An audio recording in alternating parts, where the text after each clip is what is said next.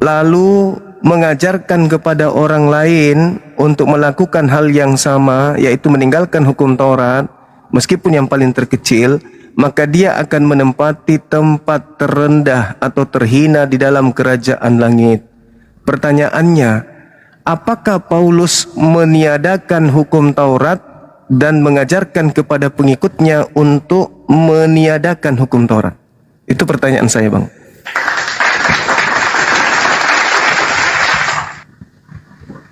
Contoh hukum Taurat kan nggak seperti makan babi, kan nggak termasuk hukum Taurat. Yesus mengatakan meskipun yang paling terkecil. Iya.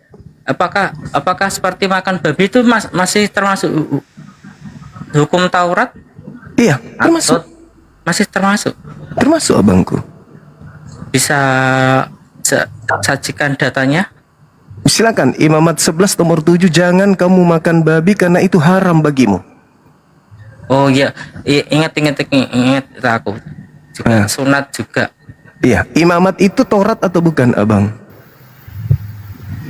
Imamat Taurat yang perjanjian. Kalau bentar, izin kalau boleh, tapi kalau belum bisa jangan. Taurat itu bukannya Kejadian, Keluaran? Oh iya masih deh. Kejadian, Keluaran, Imamat, Bilangan. Iya Yesus mengatakan barang siapa yang meniadakan meskipun yang paling terkecil. Paulus meniadakan enggak? Ya kan buat umat di luar Yahudi, Bang. Iya, itu makanya barang siapa yang meniadakan. Pertanyaannya, Paulus meniadakan enggak, abang? Meniadakan sih. Nah, itu dia. Kata Yesus, barang siapa yang meniadakan hukum Taurat dan mengajarkan kepada orang lain untuk meniadakan hukum Taurat, maka dia akan menempati tempat terhina di dalam kerajaan langit. Paulus meniadakan. Berarti Paulus dan pengikutnya, mohon maaf, berdasarkan pengakuan Yesus, Paulus dan pengikutnya menempati tempat terendah di dalam. Berdua ya. Ya, siap. Jangan siang dan itu ya. Cuman mau nangkap sebentar aja kok. Noise tapi Piro noise di sana noise Piro.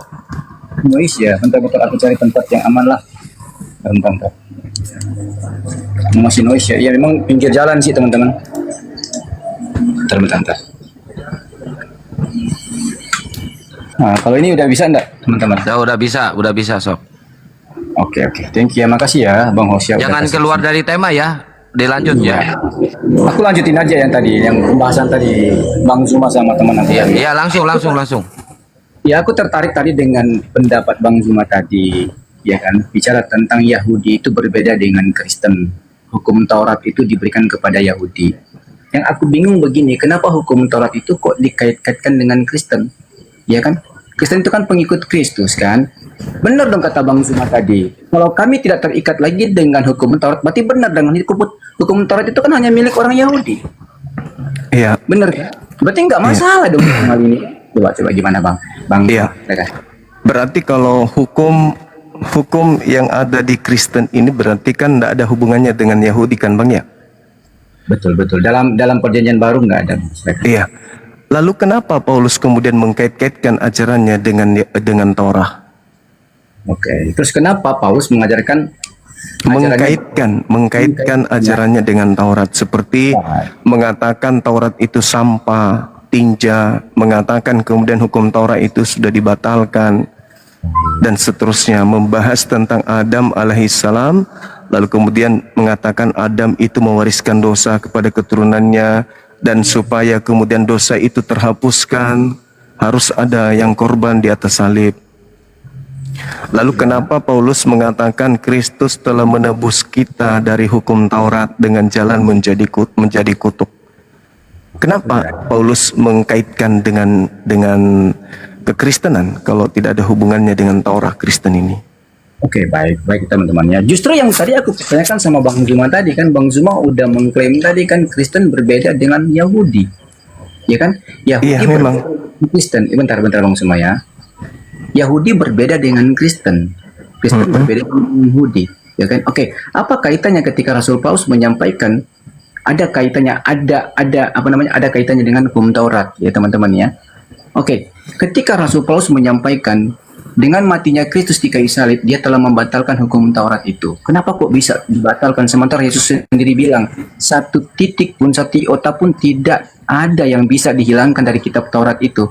Dan segala ketetapan kitab Taurat itu sebelum segala sesuatu terjadi. Ya kan? Kok bisa berbeda? Ya kan? Orang pasti akan berpikir apa yang menjadi pendapat Bang Zuma ini benar, berarti Rasul Paulus itu nabi palsu. Ya kan? Karena menghilangkan segala sesuatu yang telah ditetapkan dalam kitab Taurat. Ya kan? Jawabannya sebenarnya udah dapat sebenarnya tadi Bang Zuma, ketika Bang Zuma bilang Yahudi berbeda dengan Kristen sebenarnya. Iya, saya sudah mengiyakan. Sekarang kok jadi saudara saya ini jadi kayak bingung gitu loh. Bukan bingung. Kalau beda antara Yahudi dan Kristen itu sudah pasti, dan Anda harus mengakui itu kan. Nah, sekarang permasalahannya dalam keadaan berbeda ini, kenapa hukum Taurat yang dijadikan sebagai tameng untuk mendirikan sebuah sekte bernama Kristen ini, Abang? Kan gitu. Kenapa ajaran agama orang dijadikan sebagai alat untuk membentuk sekte baru? Gitu. Teman-teman ya. Aku boleh bertanya sama Mas Rivo? Mas Mas Rivo. Nah kan beda kan. Izin dulu, Fokus ke Bang Juma aja, Bang Kuku fokus ke Gurunda aja, fokus ke Bang Juma. Enggak, aku mau menegaskan. Emang Kristen sama Yahudi tuh enggak sama. Emang berbeda, Bang? Enggak satu Emang pokok, Ya, beda berbeda lah. cabang. Yahudi itu ajaran dari keturunan Ishak, sedangkan Kristen itu ajaran dari Roma, Vatikan, Yunani. Beda. Ya, Enggak. definisinya berbeda. Kristen sama Yahudi definisinya berbeda. Memang berbeda. Ya. Memang berbeda kok. Enggak, bukan satu pokok, beda cabang gitu. Beda Memang berbeda. pokok. Beda, Bang. Beda pokok antara Yahudi dengan Kristen. Kalau Yahudi itu Yesus, kalau Kristen itu Paulus. Itu batangnya berbeda, Bang. Tapi Tapi kan iya, bentar, Bang. sebentar. Buku. Yesus sendiri kan orang Yahudi kan? Ya, Yesus oke. untuk orang Ini Yahudi. kaitannya. Ya, ini Yesus kaitannya. untuk orang Yahudi, Paulus untuk non-Yahudi. Kan tadi kita sudah bahas itu. Enggak. Ini kaitannya. Sebentar. Ini kaitannya dari Angkat pertanyaan dulu. Bang Zuma.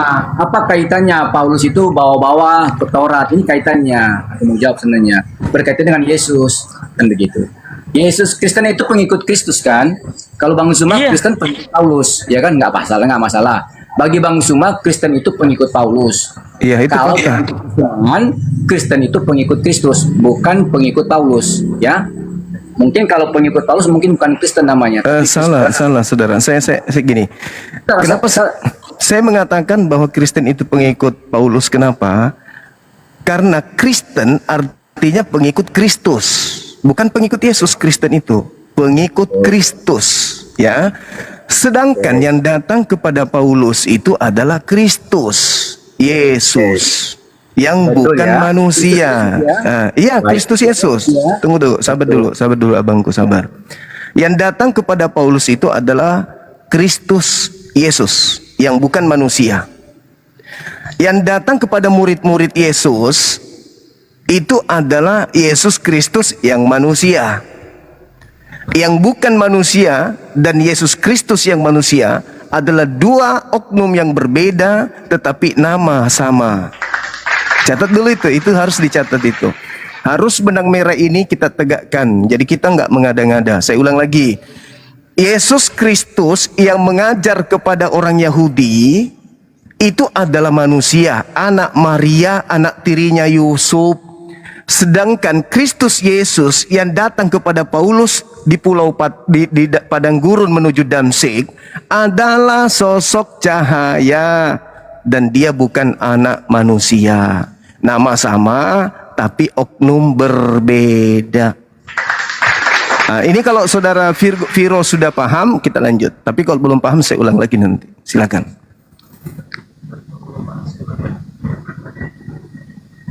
Termute.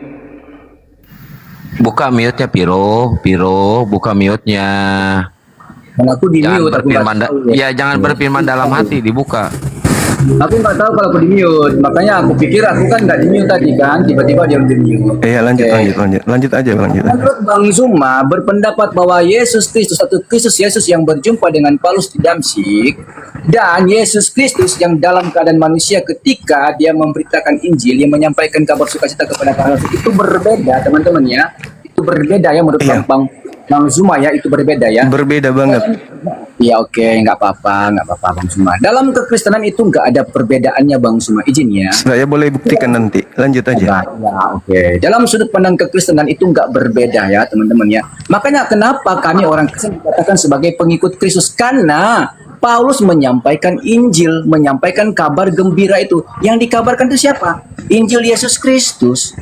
Nah, orang Kristen itu dipanggil Kristen karena apa? Bukan karena mengikuti Paulus, bukan karena ajaran Paulus yang mengajarkan kekristenan, yaitu pengikut Kristus. Nah, itu harus dibedakan Bang Zuma ya. Aku minta maaf Bang Zuma ya. Sorry minta maaf Bang Zuma.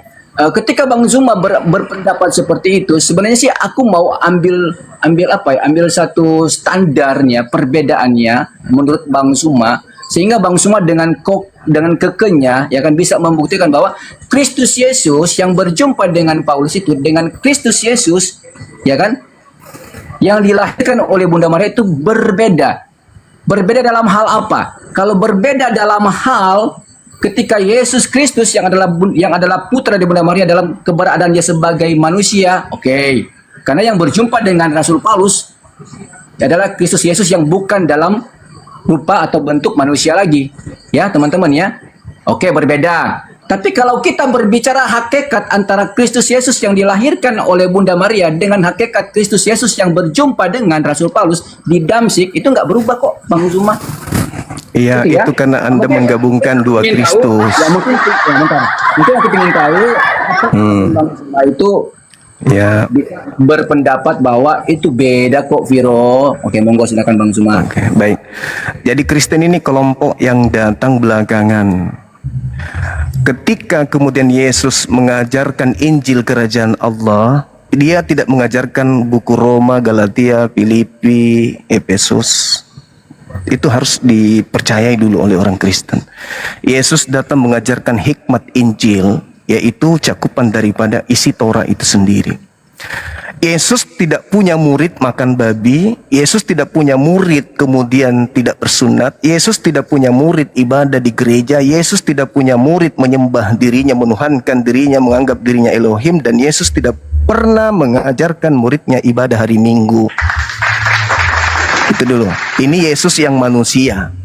Cakupan universitas sebagai guru kepada mahasiswanya, dia hanyalah seorang rabi. Rabi yang diperuntukkan kepada kaumnya Bani Israel.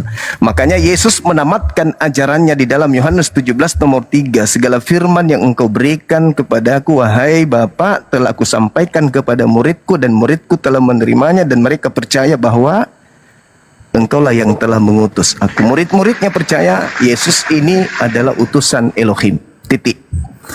Sedangkan Paulus muncul kemudian mengatakan bahwa Yesus yang datang kepadanya itu ketika dia menuju kepada Damsyik itu adalah Kristus Yesus yang bukan manusia. Sedangkan yang lahir di palungan itu adalah Yesus manusia. Galatia 1 nomor 1. Ketika mengatakan aku menerima Injil bukan dari manusia, murid-murid Yesus menerima Injil dari manusia. Namanya Yesus Kristus. Paulus menerima Injil bukan dari manusia, namanya juga Yesus Kristus. Pertanyaan saudara kepada saya, bagaimana bisa Anda membuktikan dua pribadi yang berbeda? Satu manusia, satu bukan manusia. Itu jawabannya. Lalu kemudian yang perlu saudara pahami adalah, adakah Yesus mengingatkan murid-muridnya di luar Paulus, karena Paulus ini muncul belakangan ngaku-ngaku, adakah Yesus mengatakan kepada muridnya orang-orang Yahudi agar waspada kepada Kristus palsu? Kalau ada, Kristus palsu bisa jadi yang datang kepada Paulus. Pertanyaan saya kepada Viro, ada tidak nasihat Yesus kepada muridnya agar waspada kepada Kristus palsu, Mesias palsu yang datang dan menyesatkan banyak orang? Ada enggak? Ada. Nah, oke, silakan lanjut. Terima kasih. Oke. Makasih ya Bang Juma ya. Sama-sama, Bang. Oke, kayaknya alasan Bang Zuma ini, Bang Zuma nggak tahu sebenarnya berarti kan. Memang benar teman-teman ya. Ketika Yesus yang dikatakan ketika mengutus rasul-rasulnya, itu adalah Yesus yang telah dilahirkan oleh Bunda Maria dalam bentuk manusia, dalam kodrat sebagai manusia, teman-teman. Itu nggak salah, benar kok teman-teman. Tapi ketika Bang Zuma kasih alasan sama Viro sama kita bahwa itu berbeda dengan Yesus yang bertemu dengan Rasul Paulus ketika Rasul Paulus tidak berjalan ke Damsyik, itu benar nggak salah. Karena apa Bang? Karena memang benar kok yang bertemu dengan Paulus di Damsyik itu bukan dalam kapasitas dia sebagai kodratnya manusia. Ya Kata kan? siapa? Bentar Bang, sabar dulu Bang, sabar. Ya enggak, sekalian Anda jelaskan kata siapa. Sabar dulu. Karena apa Bang? Karena jelas sekali dong di dalam kisah para rasul itu dikatakan bahwa ketika Paulus berjumpa dengan Yesus dalam bentuk cahaya, emang benar nggak salah itu dalam bentuk Iya. cahaya. Dia mengatakan bukan manusia. Soalnya begini Bang Zuma. Bentar, sorry dong, maaf dong Bang Zuma. Fokusnya Begini, di Bang situ, saudaraku. Fokusnya di situ, jangan kemana-mana. Iya, kita fokus, Paulus kita- mengatakan Galatia 1, nomor 11, 12. Dia menerima pemberitaan 13 kitabnya itu bukan dari manusia. Ya, sabar. Sejak kapan Ya, kan Yesus itu bukan manusia? Coba. Kasih data di mana Yesus bukan manusia, Bang. Oke. Di mana anak Maria pernah berubah menjadi bukan manusia? Oke.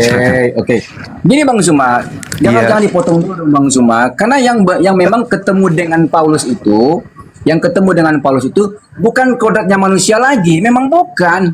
Karena dia udah mengalami yang namanya kematian. Berarti bukan anak Maria ya? Astagfirullah.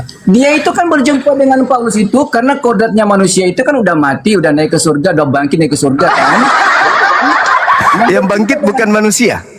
Sabar dulu dong. Ini kita lagi Enggak. Anda harus mengakui bahwa yang datang kepada Paulus bukan manusia kan?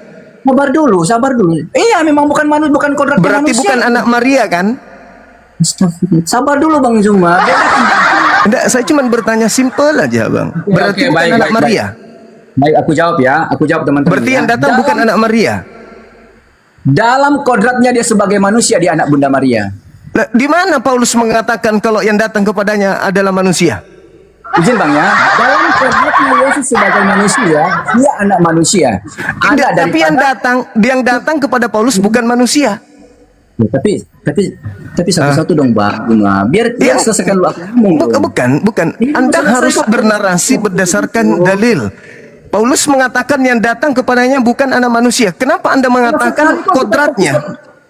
Kan jelas sekali kisah para rasul mencatat bahwa ketika Rasul Paulus berjumpa dengan Yesus dalam bentuk cahaya, bukan dalam bentuk kodrat manusia. Berarti bukan anak Maria kan? Ya memang bukan anak Maria karena bukan anak manusia. Alhamdulillahi Rabbil Alamin. Ya sudah, berarti itu adalah dua Yesus yang berbeda. Yesus yang manusia, saudaraku, Yesus yang manusia sudah menamatkan ajarannya kepada murid-muridnya Yahudi. Bang Zuma, izin Bang Zuma ya. Yohanes 1, makanya begini Zuma. Di dalam kekristenan, Yesus itu memiliki dinatur. Ya itu ajaran Paulus kan? Dengar dulu dong. Ada enggak Yesus mengajarkan dirinya dua natur? Jangan dipotong dulu. Kok ini Saudara- Injil Yohanes kok ajaran Paulus gimana sih? Aku baca aku lari ke Paulus. Enggak. Ini ajaran Kristen itu dua natur. Di mana saudara? Di mana Yesus mengajarkan dirinya dua natur? Sabar dulu dong Bang Zuma ya. Sabar dulu. Oke. Aku bahas Yohanes, kamu nuntut itu Paulus. Gimana ceritanya? Yohanes itu ajaran Kristen, ku bilang. Sabar dulu. Ya makanya. Tadi kan Bang Juma aku kasih Yohanes 1 ayat 1, itu kan Bang Juma Bang itu ajaran Paulus. Apa hubungannya Yohanes dengan Paulus? Kalau ajaran Paulus itu Filipi 2 nomor 6 nomor 7 nomor 6 nomor 7 nomor 2 6 7 8. Iya, Dewa Bang Juma turun bawa ke bumi. Iya, Bang Juma bawa Galatia kan? Viro bawa kan Yohanes. Paulusnya mengatakan, Bang, yang datang kepadanya bukan manusia. Iya, tapi yang Viro bawa kan Yohanes 1 ayat 1 untuk membuktikan siapa Yesus tadi kan. Paulusnya yang mengatakan dia bukan manusia.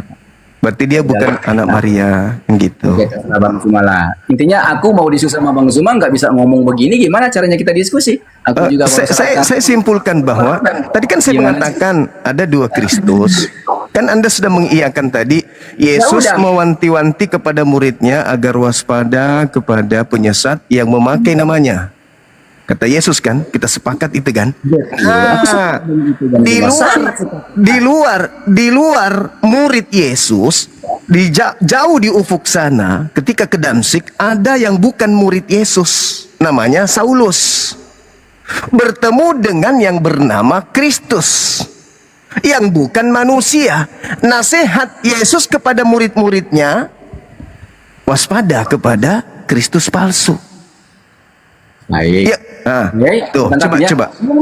Wong memang ketemu dengan Rasul Paulus itu bukan natur kemanusiaannya Yesus lagi. Kan natur kemanusiaan Yesus udah nggak ada, Bang Zuma. Kok nggak ngerti sampai situ sih?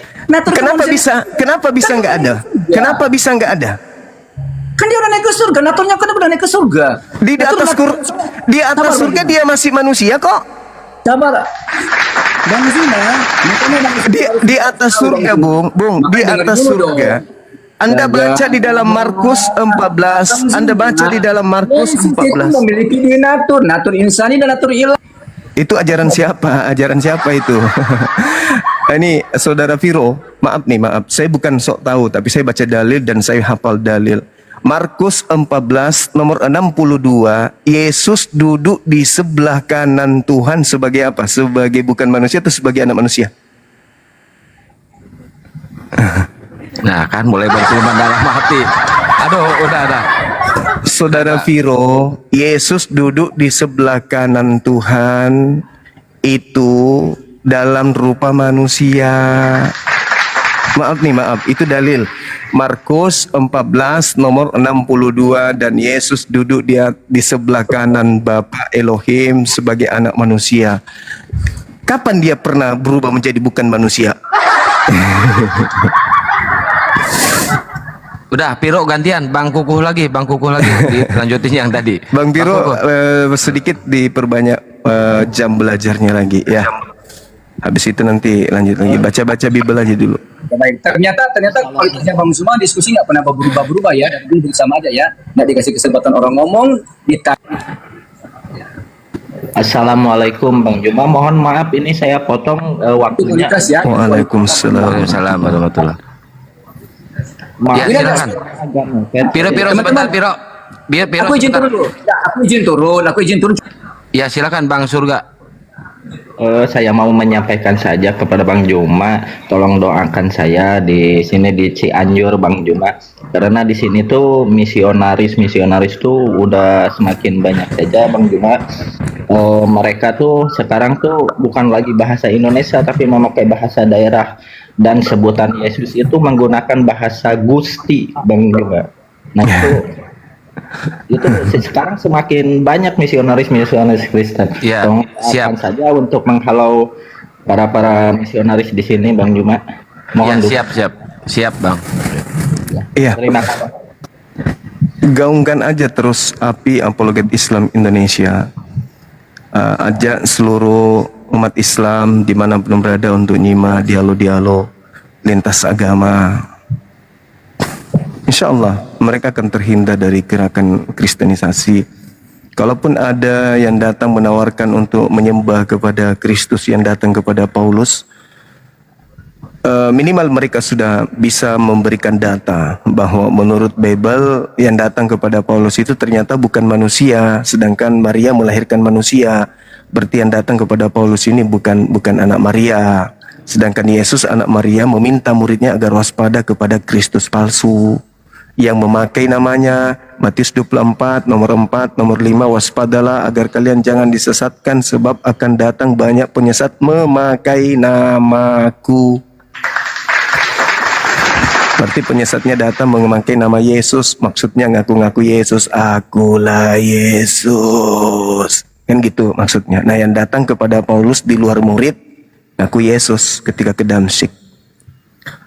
Begitu abang. Jadi ajak aja umat Islam dimanapun berada. Ada YouTube Zulkifli M. Abbas official itu rekaman-rekaman debat itu tidak terhapus tapi tersave di sana, tersimpan di sana, bisa dibuka. Itu. Baik. Begitu saudaraku. Ya, Lanjut. gitu ya Bang Surga ya. Silakan Bang Kuku. Silakan dilanjut Bang Kuku. Aku syok ini. Tadi kok kenapa orang Kristen tadi kok bilangnya Yahudi sama Kristen berbeda? Syok bener. Aku mau tanya yang di bawah atau bertanya pada orang banyak ini yang Kristen di sini. Apakah Kristen sama Yahudi memang benar-benar beda? Orang-orang Kristen yang ada di bawah sini, apakah Kristen sama Yahudi itu beda? Bukannya satu pokok, beda cabang saja gitu. Aku mau tanya kepada orang-orang yang di bawah ini, yang Kristen. Gini Gurunda, mungkin dia pengennya satu tunas tapi cabangnya berbeda gitu Gurunda. Iya. Pengennya dia gitu. Nah itu kayaknya. Jadi gini, saudara Koko, coba sekarang buka Bible di Matius 7 nomor 15 sampai nomor 23. Coba dibuka itu Bang.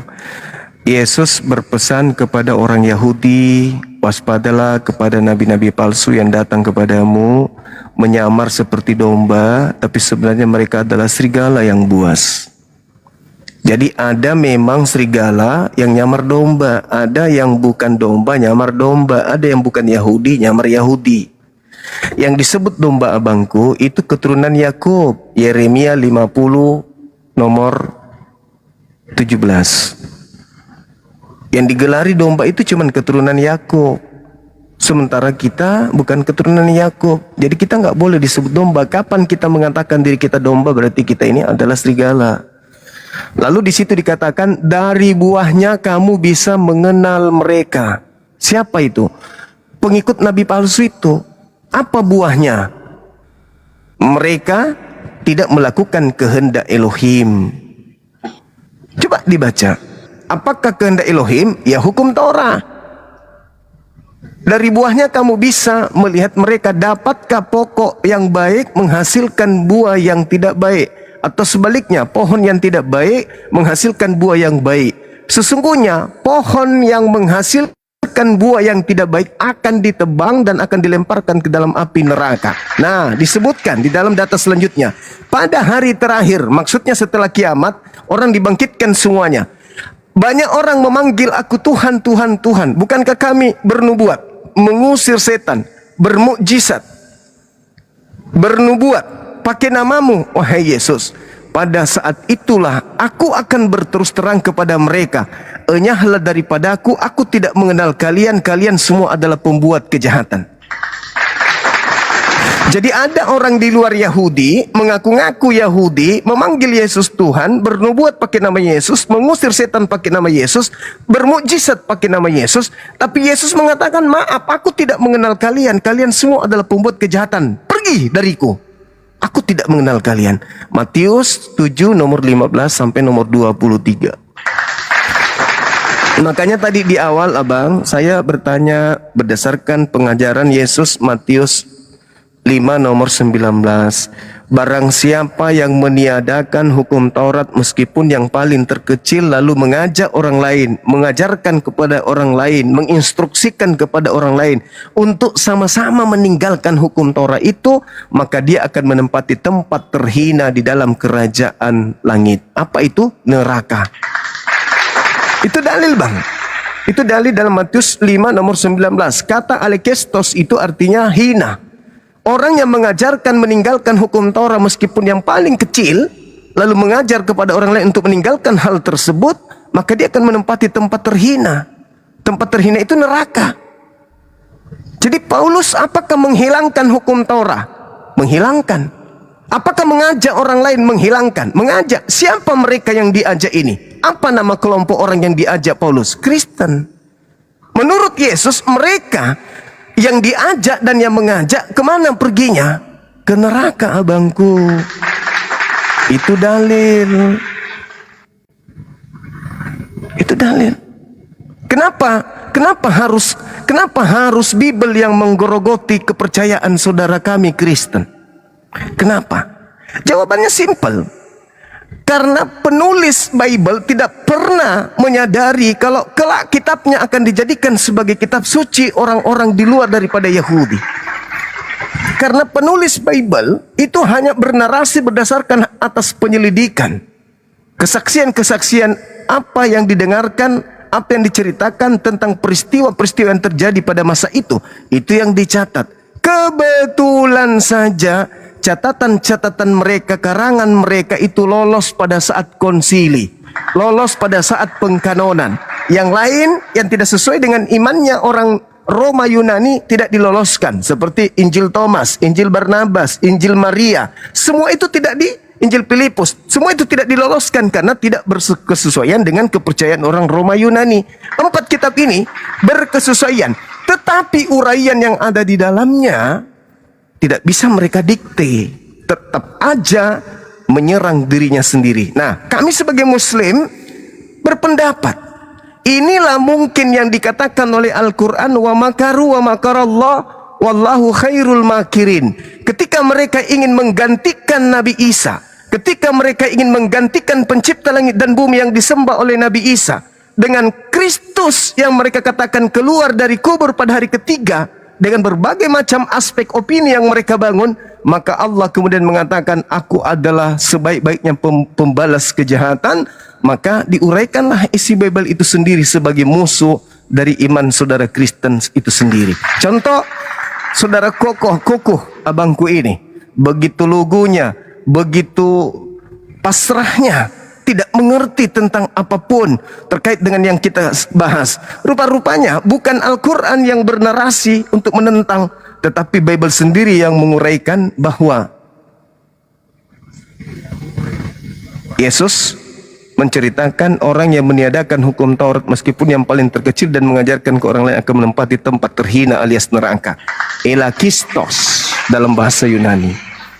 Nah sekarang, apakah Anda mengikuti Paulus untuk meniadakan hukum Torah? Ya dan yes. Berarti Anda kemana menurut Yesus? Na'udzubillah summa na'udzubillah. Ini kalau ngomongin Paulus sih, aku pernah diberi pencerahan sama pendeta saya. Apa yang dilakukan Paulus itu seperti Wali Songo, khususnya Sunan Kalijaga. Karena apa? Dia itu malah membiarkan kunduran, kesenian wayang, yang notabene pun juga bertentangan dengan agama Islam. Sehingga ia itu mencari solusi gimana cara pemberitahuan keselamatan, kabar gembira, sukacita ini tersampaikan. Yang sama dengan Paulus itu adalah seperti kayak Wali Songo terkhusus untuk Kalijaga, kayak gitu Bang. Oke. Kalijaga pun kan di dalam dalam pengajarannya kan juga mengajarkan wayang yang seperti orang pada umumnya di zaman dulu pun juga suka dengan wayang, kayak gitu Bang. Itu sih kalau pencerahanku tentang Paulus pada saat kalau ini menceritakan tentang Paulus, ya sama juga sama yang dilakukan Sunan Kalijaga itu. Baik, Gitu, baik. Bang. Jadi gini abangku, terkait dengan syiar Islam di Nusantara. Islam datang itu ke Nusantara. Di Nusantara ini penduduknya itu animisme. Ya, betul. Menyembah dewa-dewa, menyembah batu, menyembah pohon, menyembah arwah-arwah, menyembah gunung, menyembah laut, menyembah sungai dan seterusnya. Islam datang seperti Islam datang di tengah-tengah orang Arab, orang Quraisy. Orang Quraisy itu tidak seketika itu diajarkan tentang konsep tauhid. 13 tahun Nabi Muhammad mengajarkan mengenal pencipta langit dan bumi yang benar. Tidak serta-merta hari itu juga mereka dipaksa untuk menyembah kepada Allah. Dengan kata lain, seperti sebuah lingkaran cincin. Ketika dia start meninggalkan kemudian rumah, endingnya dia akan kembali kepada rumah. Artinya apa? Wali Songo, Sunan Kalijaga mengikuti ritme pengetahuan manusia pada saat itu. Tahu kemampuan manusia pada saat itu. Kenapa? Karena untuk menjadi Islam butuh proses belajar. Di Islam tidak dikenal doktrin. Di Islam tidak dikenal kemudian dogma, mematikan akal. Tetapi Islam mengajak manusia untuk bertumbuh dengan akal untuk sampai kepada Islam itu sendiri.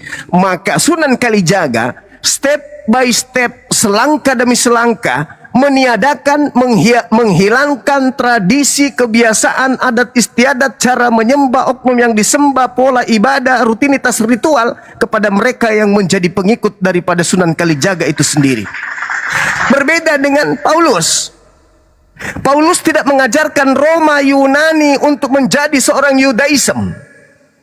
Tidak mengajak Roma Yunani untuk kemudian kembali kepada pokok pengajaran utama Yesus.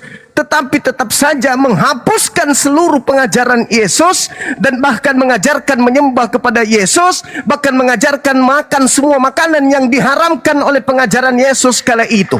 Tidak kembali, dia tidak berpola seperti cincin, membawa irama ritme budaya dan kemudian kebiasaan orang Roma Yunani untuk mengajak mereka masuk ke sinagoge, bersunat, menyembah hanya kepada Tuhan yang disembah Yesus, sujud dalam beribadah, mengharamkan babi dan seterusnya. Melainkan Paulus terbawa arus untuk menjadi seorang politeisme atau Hellenismesto, atau mengajarkan ajaran sinkretisme, menggabungkan antara agama Yahudi dengan agama Romawi yang cakupannya adalah animisme politeisme, menjadi satu konsep, disebutlah agama Kristen. Berbeda dengan yang Anda sebutkan tadi. Saya sendiri bang, saya masih menemukan nenek-nenek saya malam Jumat bakar bakar dupa. Saya masih menemukan orang tua saya ketika kemudian nenek-nenek saya ketika mereka pindah rumah, disimpannya pokok pisang di atas di atas ujung rumah itu. Aku masih melihat itu. Lambat laun semua dihilangkan menuju kepada Islam yang kafah. Itu tradisi, harus dibedakan dengan keyakinan. Meskipun tradisi, tapi kalau tradisi itu bisa memungkinkan mencederai akidah, tradisi yang buruk itu juga akan ditinggalkan menuju kepada kesempurnaan sebuah keyakinan. Sedangkan Paulus berbeda, abangku. Coba Anda buka sekarang di dalam Kisah Para Rasul 17 nomor 21, 22, 23. Apa yang dikatakan Paulus di sana? Aku melihat kalian menyembah kepada dewa dengan sungguh-sungguh. Dan aku melihat ada satu kuil yang bertuliskan Agnostos Theos, dewa yang tidak dikenal. Apa yang kalian sembah yang kalian tidak kenal itu, itulah yang aku ajarkan sekarang. Nah, berarti Paulus mengajarkan. Sebentar, koreksi. Pak, Ya. Kisah Rasul berapa tadi? 17 nomor 17. Iya, 17, 21, 22, 23, Bang. Siap. Artinya, orang-orang Roma tidak diajar menjadi Yahudi, tapi orang-orang Roma, orang-orang Athena diajarkan menjadi pengikut nenek moyang mereka dengan menggantikan sebutan dewa mereka yang tadinya Horus, yang tadinya Zeus, yang tadinya Atis, merubah menjadi Kristus Yesus. Inilah yang tradisi yang saudara-saudara saya anut sampai hari ini. Maaf. Bentar. Iya, silakan. Kok ada tertulis kayak gini ya? Ini tulisannya asli atau enggak ini kalau kayak gini? Ya, saya juga nggak tahu, abangku. Itu dari Ada lembaga. orang-orang Athena dan orang-orang asing yang telah di situ mempunyai waktu untuk sesuatu yang mengatakan atau mendengar segala yang baik.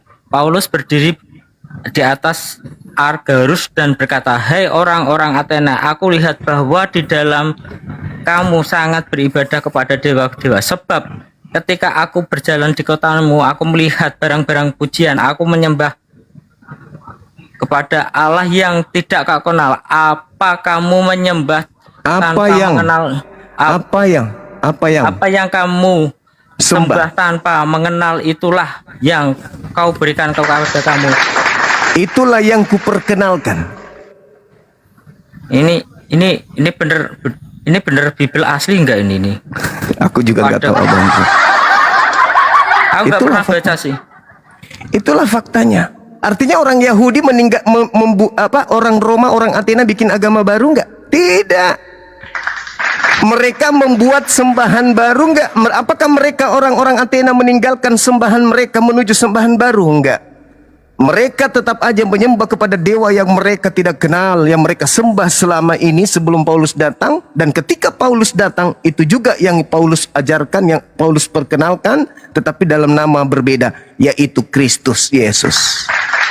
Makanya Yesus mengatakan kepada orang Yahudi, waspadalah kepada penyesat yang datang kepadamu memakai namaku dan berkata, akulah Mesias. Berarti penyesatnya ini memakai nama Yesus. Mereka akan menyesatkan banyak orang.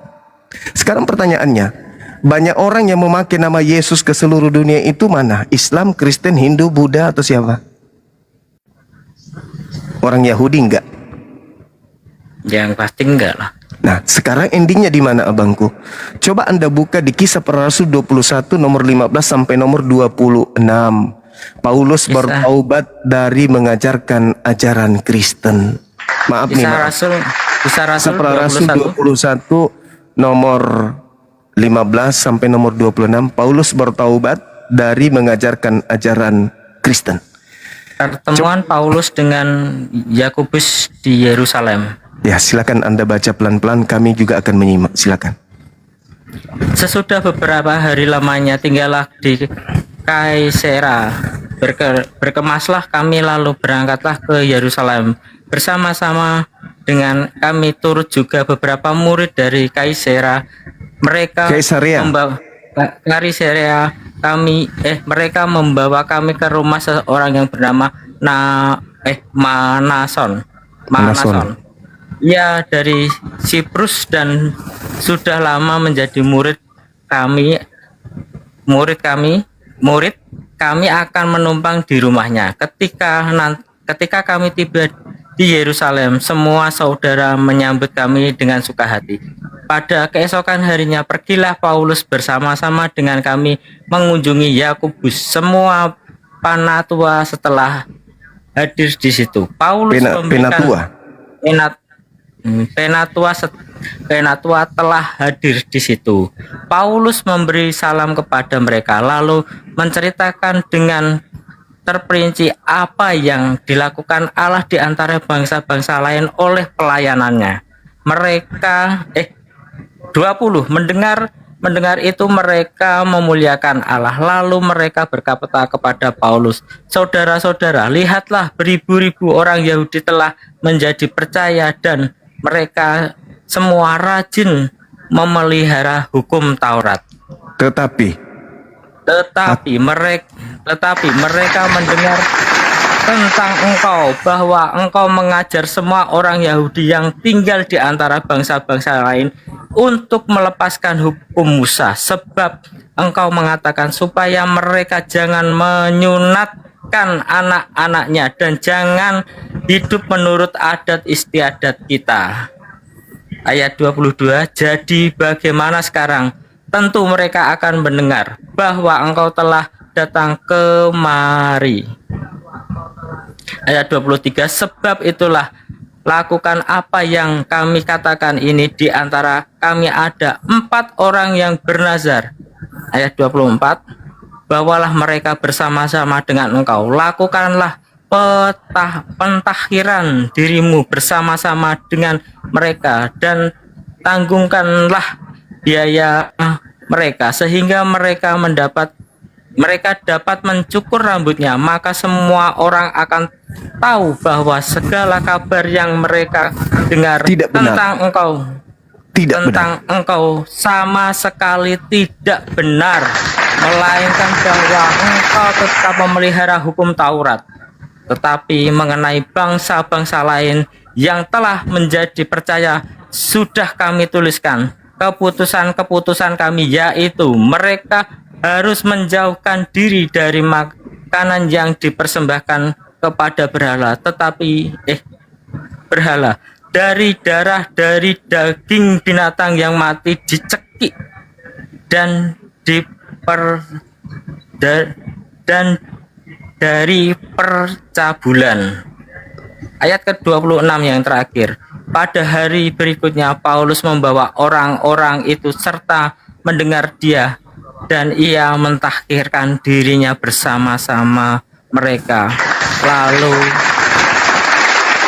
masuklah ke bait Allah untuk memberitahukan bila mana mentahkirkan akan selesai dan persembahan akan dipersembahkan untuk masing-masing. Paulus apakah kemudian mentahirkan diri? Iya, mentahkirkan diri.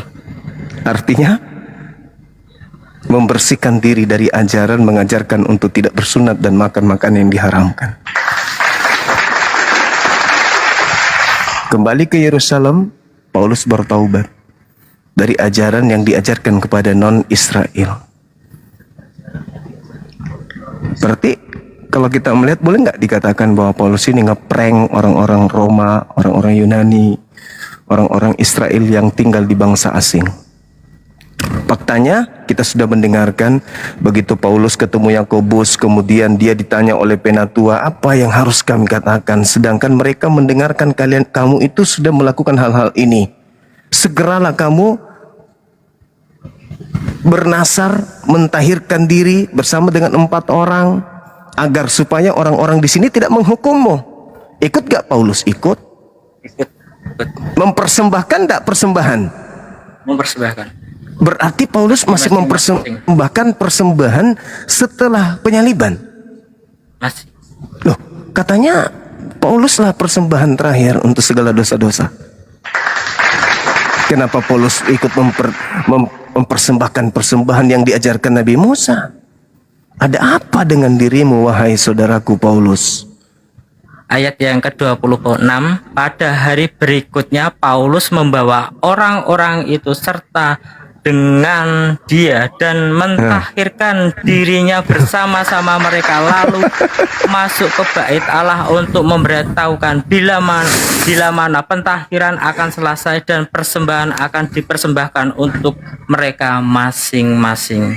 Subhanallah, Paulus bertaubat, Bang. Paulus bertobat dari mengajarkan menghalalkan segala makanan. Galatia 5 nomor 2, bila barang siapa yang menyunatkan dirinya, nonotnya, maka Yesus Kristus tidak berguna baginya. Lah, itu diajarkan di luar Yerusalem. Tapi kenapa ketika dia masuk ke Yerusalem justru dia bertaubat?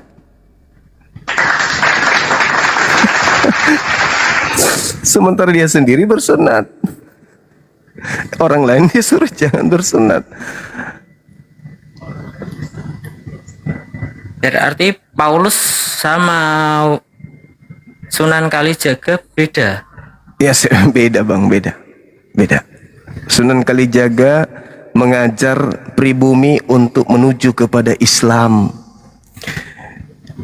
Orang Sunan Kalijaga datang membawa Islam, mengajak kemudian orang-orang pribumi bertamasya pelan-pelan menuju Islam. Kalau Paulus keluar Yahudi, mengajak orang Yahudi pelan-pelan menyembah terhadap sembahan mereka yang dulu mereka sembah tidak mereka kenal dalam nama Kristus Yesus. Tidak mengajak orang non-Yahudi menyembah kepada Elohim, tapi mengajak non-Yahudi menyembah kepada Kristus yang datang kepadanya berupa cahaya yang bukan manusia itu. Makanya abangku Yesus mengatakan, pada hari terakhir nanti banyak orang memanggil aku Tuhan, bernubuat, mengusir setan, bermukjizat. Apa kata Yesus? Aku tidak mengenal kalian. Jadi yang dipakai oleh pastor dan pendeta ngobati orang dalam nama Yesus itu siapa?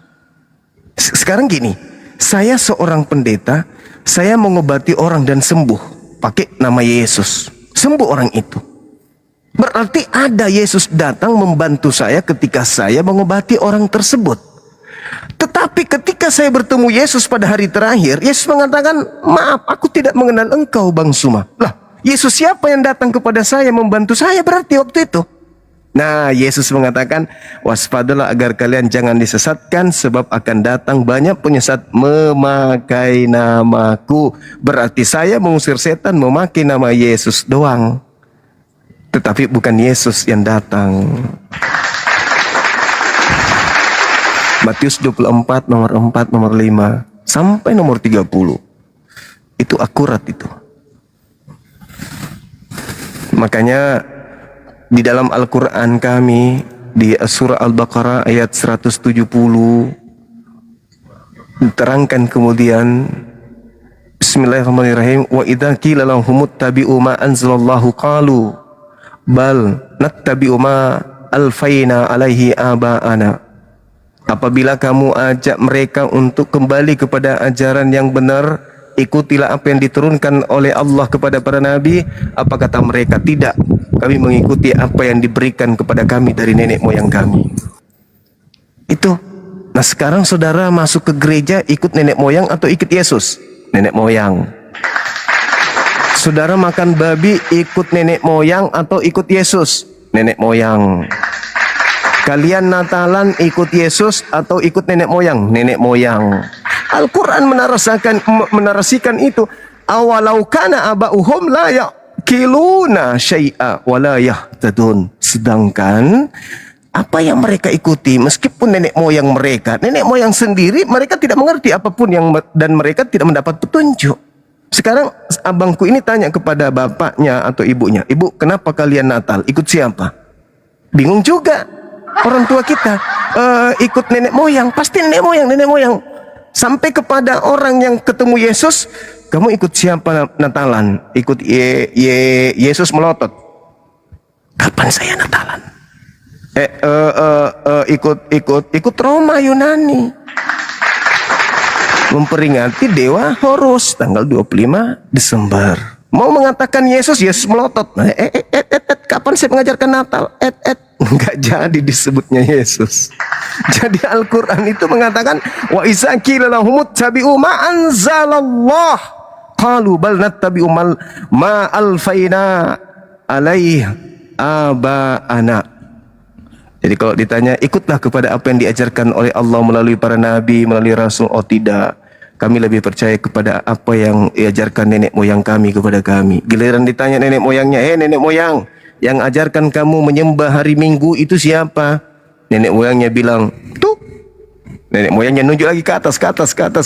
Sampai kepada orang yang sesama Yesus ditanya, yang ngajarin kamu ibadah Minggu? Baru mau bilang Yesus, lantas Yesus mengatakan melotot. Saya ibadah Sabat, bukan Minggu. Sorry kata Yesus. Terus diajarkan lagi nenek moyang, kamu menyembah makhluk yang keluar dari kubur, siapa yang ngajarin? Yesus. Tanya kakek, yang ngajarin siapa? Yesus. Yang satu, Yesus. Pas ketemu dengan orang yang sesama Yesus, yang mengajarkan kamu menyembah Yesus siapa? Yesus melotot. Sut. Saya menyembah kepada Elohim. Nggak jadi lagi, gagal lagi. Yang ngajarkan kamu ke gereja, tempat berkumpulnya orang yang tidak bersunat, makan babi, siapa yang ngajarin? Yesus. Generasi berikutnya ditanya, Yesus. Ketemu lagi orang yang sesama dengan Yesus. Siapa yang mengajarkan kamu ke gereja dan berkumpul dengan orang pemakan babi dan tidak bersunat? Begitu Yesus dengar, awas, saya jemaatku bersunat semua loh. Jemaatku tidak ada yang makan babi loh. Gagal lagi. Kalau kami umat Islam, siapa yang ngajarin ente sholat Jumat? Nabi Muhammad. Siapa yang ngajarin kalian menyembah Allah? Nabi Muhammad. Siapa yang mengajarkan kalian Tuhan itu tidak serupa dengan makhluk? Nabi Muhammad. Siapa yang mengajarkan Tuhan itu tidak beranak, tidak diperanakkan? Nabi Muhammad. Siapa yang mengajarkan tidak ada makhluk atau apapun yang setara dengan Tuhan itu? Nabi Muhammad. Siapa yang mengajarkan Tuhan itu maha menghidupkan dan mematikan? Nabi Muhammad. Ketemu. Siapa yang mengajarkan kalian? Nabi Muhammad. Apa kata Nabi Muhammad? Sahih, afdal, tayyib, benar. Kalau Yesus mengatakan, Saya tidak pernah mengenal kalian. Kalian semua adalah pembuat kejahatan. Penyahlah daripadaku. Matius 7 nomor 15 sampai nomor 23. Pada hari terakhir nanti banyak orang memanggil aku Tuhan, bernubuat, mengusir setan, bermujizat. Pada saat itulah aku Yesus akan berterus terang kepada mereka, penyahlah daripadaku. Aku tidak mengenal kalian. Kalian semua adalah pembuat kejahatan. Na'udzubillah tsumma na'udzubillah. Ini sudah jelas bukan di Quran tapi di Bible. Tapi kalau saudara belum juga merasa ini teguran, ini adalah berkah, ini adalah rahmat, kenapa bisa bertemu dengan kita apologet Islam ini, dan Anda menganggap itu ini ngaco ini Bang Suma, ngaco ini Bang Suma, berarti benar-benar Anda sudah disesatkan begitu jauh, saudara. Boleh malam ini Anda jengkel, boleh saudaraku saat ini kesal terhadap Bang Suma, marah. Tapi habis ini tolong direnungkan. Ingat, hidup kita itu sementara. Kita salah menapaki kehidupan kita di bumi ini. Tak ada pilihan ketika kita sudah di alam kubur. Mumpung masih ada kesempatan untuk memilih, memilah, belajar, meneliti, menelaah, mentadaburi, mentafsirkan kemudian apa yang tertuang di dalam kitab suci kita masing-masing. Gunakan kesempatan itu. Kaidah dalam agama kami, abangku, Allah mengatakan fa'alhamaha fujuraha wa taqwaha. Manusia itu memiliki dua keadaan, bisa menjadi jahat, bisa menjadi takut kepada Tuhannya. Dan Tuhan mengatakan dalam Al-Quran, separuh dari manusia itu pantas untuk diselamatkan karena mereka menggunakan akal, dan sebagian pantas menjadi sesat karena mereka tidak beriman, tidak menggunakan akal. Kalau agama sebelum Islam itu benar adanya, Islam tidak perlu datang. Untuk apa Islam itu datang kalau sudah ada jalan yang benar dan tidak terkontaminasi dengan ajaran-ajaran paganisme? Islam datang karena ajaran para nabi itu sudah tercampur aduk dengan ajaran paganisme. Maka Islam datang dengan kemurniannya, la ilaha illallah, Yesus Rasulullah. Yohanes 17 nomor 3, hidup kekal itu adalah mereka mengenal Engkau satu-satunya Tuhan, kata Yesus, dan mengenal aku sebagai utusan Tuhan. Saya kira begitu, saudaraku Kuku Setio Adi. Tidak Ada mesti. Boleh, Abang. Boleh. Silakan. Pertanyaan Silakan. yang satu ini aja. Aku pengen penegasan kata Allah dipakai sebagai nama Tuhan orang Islam. Itu sejak kapan dan ada di mana? Iya. Dokumen itu tersimpan. Baik. Ketika kemudian Al-Quran datang, boleh dibaca di dalam surah Al-Baqarah ayat 130 mulai. Anda bisa Sebentar. buka.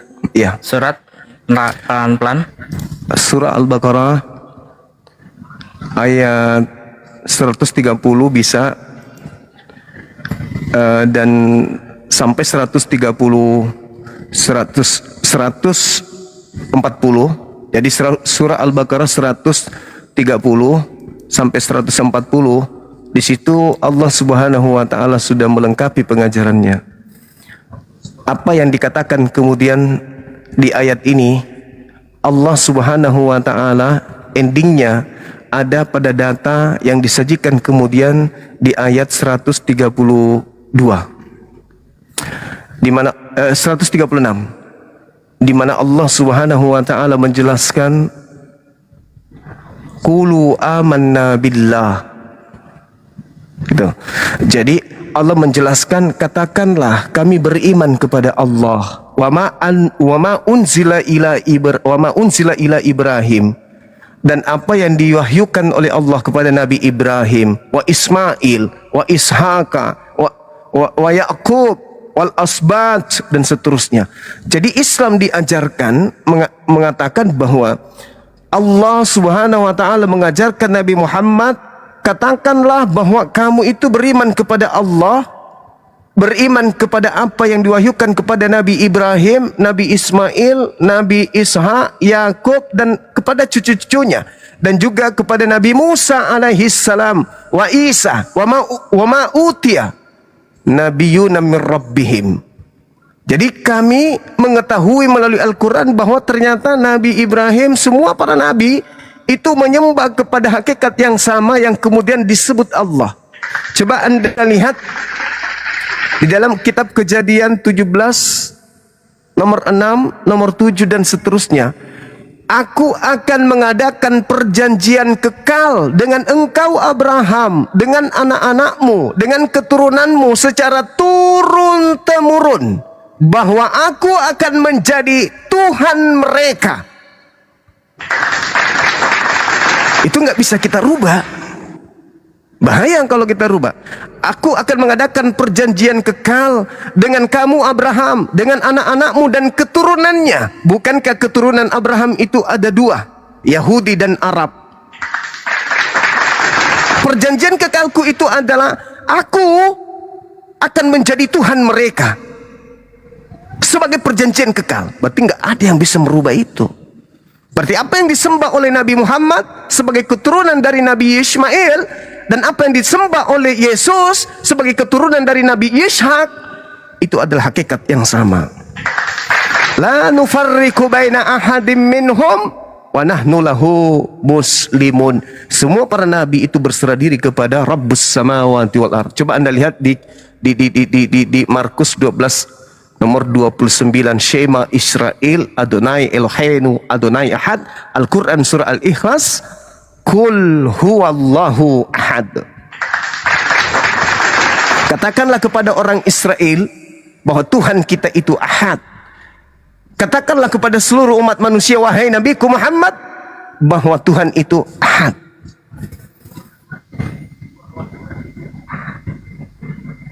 Coba, makanya di Islam itu bang, kami memuliakan Yesus. Kami tidak itulah aku yang mau gini bang, aku kan gini agak bingung juga, di mana Nabi Muhammad itu menegaskan kalau Allah itu adalah sebuah nama dari sebuah Tuhan, sehingga kami umat Kristen harus menghapuskan nama Allah itu di Alkitab. Itu aku sendiri, kenapa kok harus gitu? Emangnya Nabi Muhammad pernah menegaskan kalau Allah itu adalah sebuah nama? Bismillah. Al-Quran surah Al-Fatihah ayat pertama. Bismillah, dengan menyebut nama Allah. Ar-Rahman Ar-Rahim, yang maha pengasih lagi maha penyayang. Itu abangku. Makanya di setiap kami sholat itu Bismillahirrahmanirrahim, Alhamdulillahi Rabbil Alamin, Ar-Rahmanirrahim, Maliki Yaumiddin, dengan menyebut nama Allah yang maha pengasih lagi maha penyayang. Segala puji bagi Allah, Tuhan semesta alam, yang maha pemurah lagi maha penyayang, dan seterusnya. Itu kaidah. Maka kami memperkenalkan kepada seluruh manusia, pencipta langit dan bumi itu disebut Allah. Nabi Musa, Al-Quran surah Taha ayat 14, Innani anallah la ilaha illa ana. Aku ini adalah Allah, wahai Musa, tidak ada Tuhan selain aku. Nah, kenapa kemudian pencipta langit dan bumi yang datang kepada Nabi Muhammad tidak memperkenalkan lagi dirinya sama seperti ketika dia memperkenalkan dirinya kepada Bani Israel? Al-Quran surah Al-Ma'idah, Inni ma'akum. Allah pencipta langit dan bumi memilih Bani Israel, bersama dengan Bani Israel, intim dengan Bani Israel, sohib dengan Bani Israel. Di dalam Amsal 3, 11, 12, dengarkanlah didikan Tuhan, sebab Tuhan mendidik hambanya sama seperti seorang ayah mendidik anaknya. Makanya orang Yahudi memanggil Tuhannya dengan sebutan Abi, Afi, Aba, Bapak. Tetapi ini celaka. Kenapa Islam tidak lagi memanggil pencipta langit dan bumi dengan sebutan seperti orang Yahudi menyebut Tuhan dengan sebutan Bapa? Kenapa umat Islam tidak lagi? Karena ketika Tuhan memperkenalkan dirinya sebagai pengayom, pelindung, seibarat ayah kepada anak-anaknya, ada orang yang memanfaatkan kemudian keadaan itu dengan mengatakan kami ini adalah anak Tuhan, sehingga kami tidak perlu lagi menyembah Tuhan karena kami bukan lagi hamba, kami ini adalah anak, kami adalah pewaris surga. Maka Allah tidak menginginkan lagi ada hambanya yang durhaka menganggap dirinya sebagai anaknya, sehingga dia tidak merasa sebagai hamba dan mengatakan dirinya tidak berhak, tidak berkewajiban lagi untuk menghambakan diri, tidak berkewajiban lagi untuk menyembah kepada Tuhan karena Tuhan itu adalah Bapa dan dia adalah anaknya. Dia bukan lagi hamba Tuhan, tapi dia adalah anak Tuhan sebab dia adalah pewaris Tuhan, sehingga perintah-perintah Tuhan tidak lagi dilakukan. Ini yang terjadi. Galatia 2, bukan lagi hamba tetapi anak. Nah, Al-Quran datang, sesungguhnya Allah menciptakan wa ma khalaqtul jinna wal insa illa liya'budu. Aku tidak menciptakan manusia selain untuk beribadah, menyembah kepada aku. Nah, kalau manusia sudah menganggap dirinya bukan hamba Tuhan, bagaimana mau menyembah? Kalau manusia sudah menganggap dirinya sebagai anak Tuhan, sombong dia. Aku bukan hamba dong, nggak seperti kalian Islam, kalian hamba Tuhan. Kami ini bukan hamba Tuhan, kami ini anak Tuhan, makanya kami nggak perlu lagi menyembah. Galatia 5 nomor 1, Kristus telah memerdekakan kita dari kok penghambaan. Wow, Kristen bukan lagi hamba Tuhan, tetapi anak Tuhan. Sebagai anak Tuhan mereka merasa pewaris, sehingga mereka sombong, merasa tidak perlu lagi beribadah, menyembah kepada Tuhan dengan cara-cara yang sudah diajarkan oleh para nabi.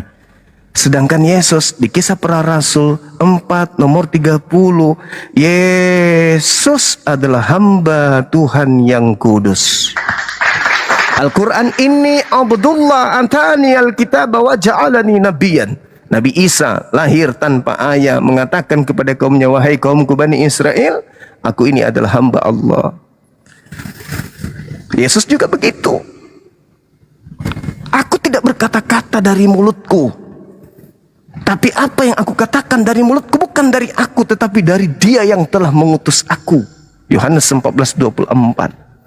Yohanes 12 nomor 49.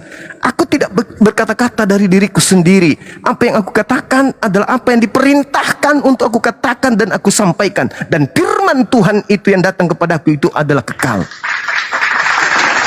Yohanes 5 nomor 30. Aku tidak dapat berbuat apa-apa dari diriku sendiri. Berarti ya dia adalah seorang hamba. Yohanes 3 nomor 34. Yohanes 4 nomor 34. Makananku adalah melakukan apa yang diperintahkan oleh Tuhanku untuk aku lakukan. Hamba. Yohanes 14 nomor 30. Yohanes 14 nomor 31.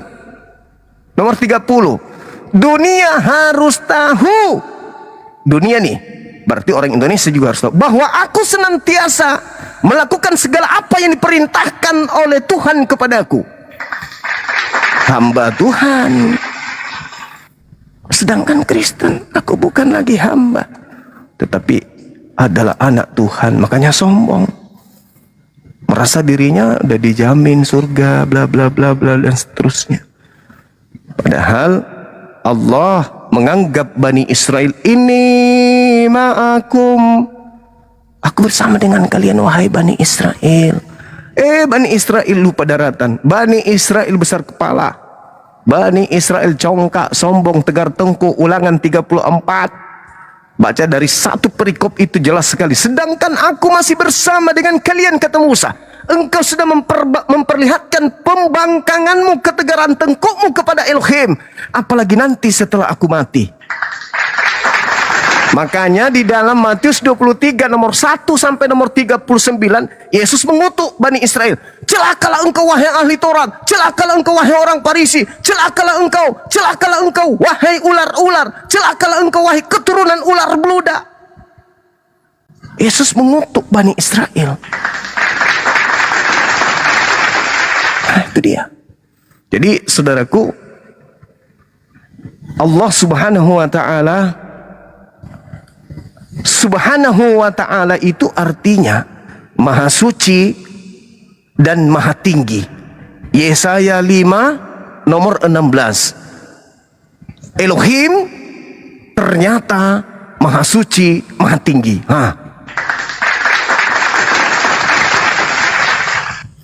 Itu. Jadi kami tidak menyembah kepada sembahan baru. Tidak menyembah kepada sembahan orang-orang pribumi. Tudul menyembah gunung, menyembah pohon, menyembah laut, menyembah goa, menyembah batu. Begitu Islam datang, hilang semuanya itu. Menyembah hanya kepada hakikat pencipta langit dan bumi. Allahu Akbar. Allah, dia yang maha besar.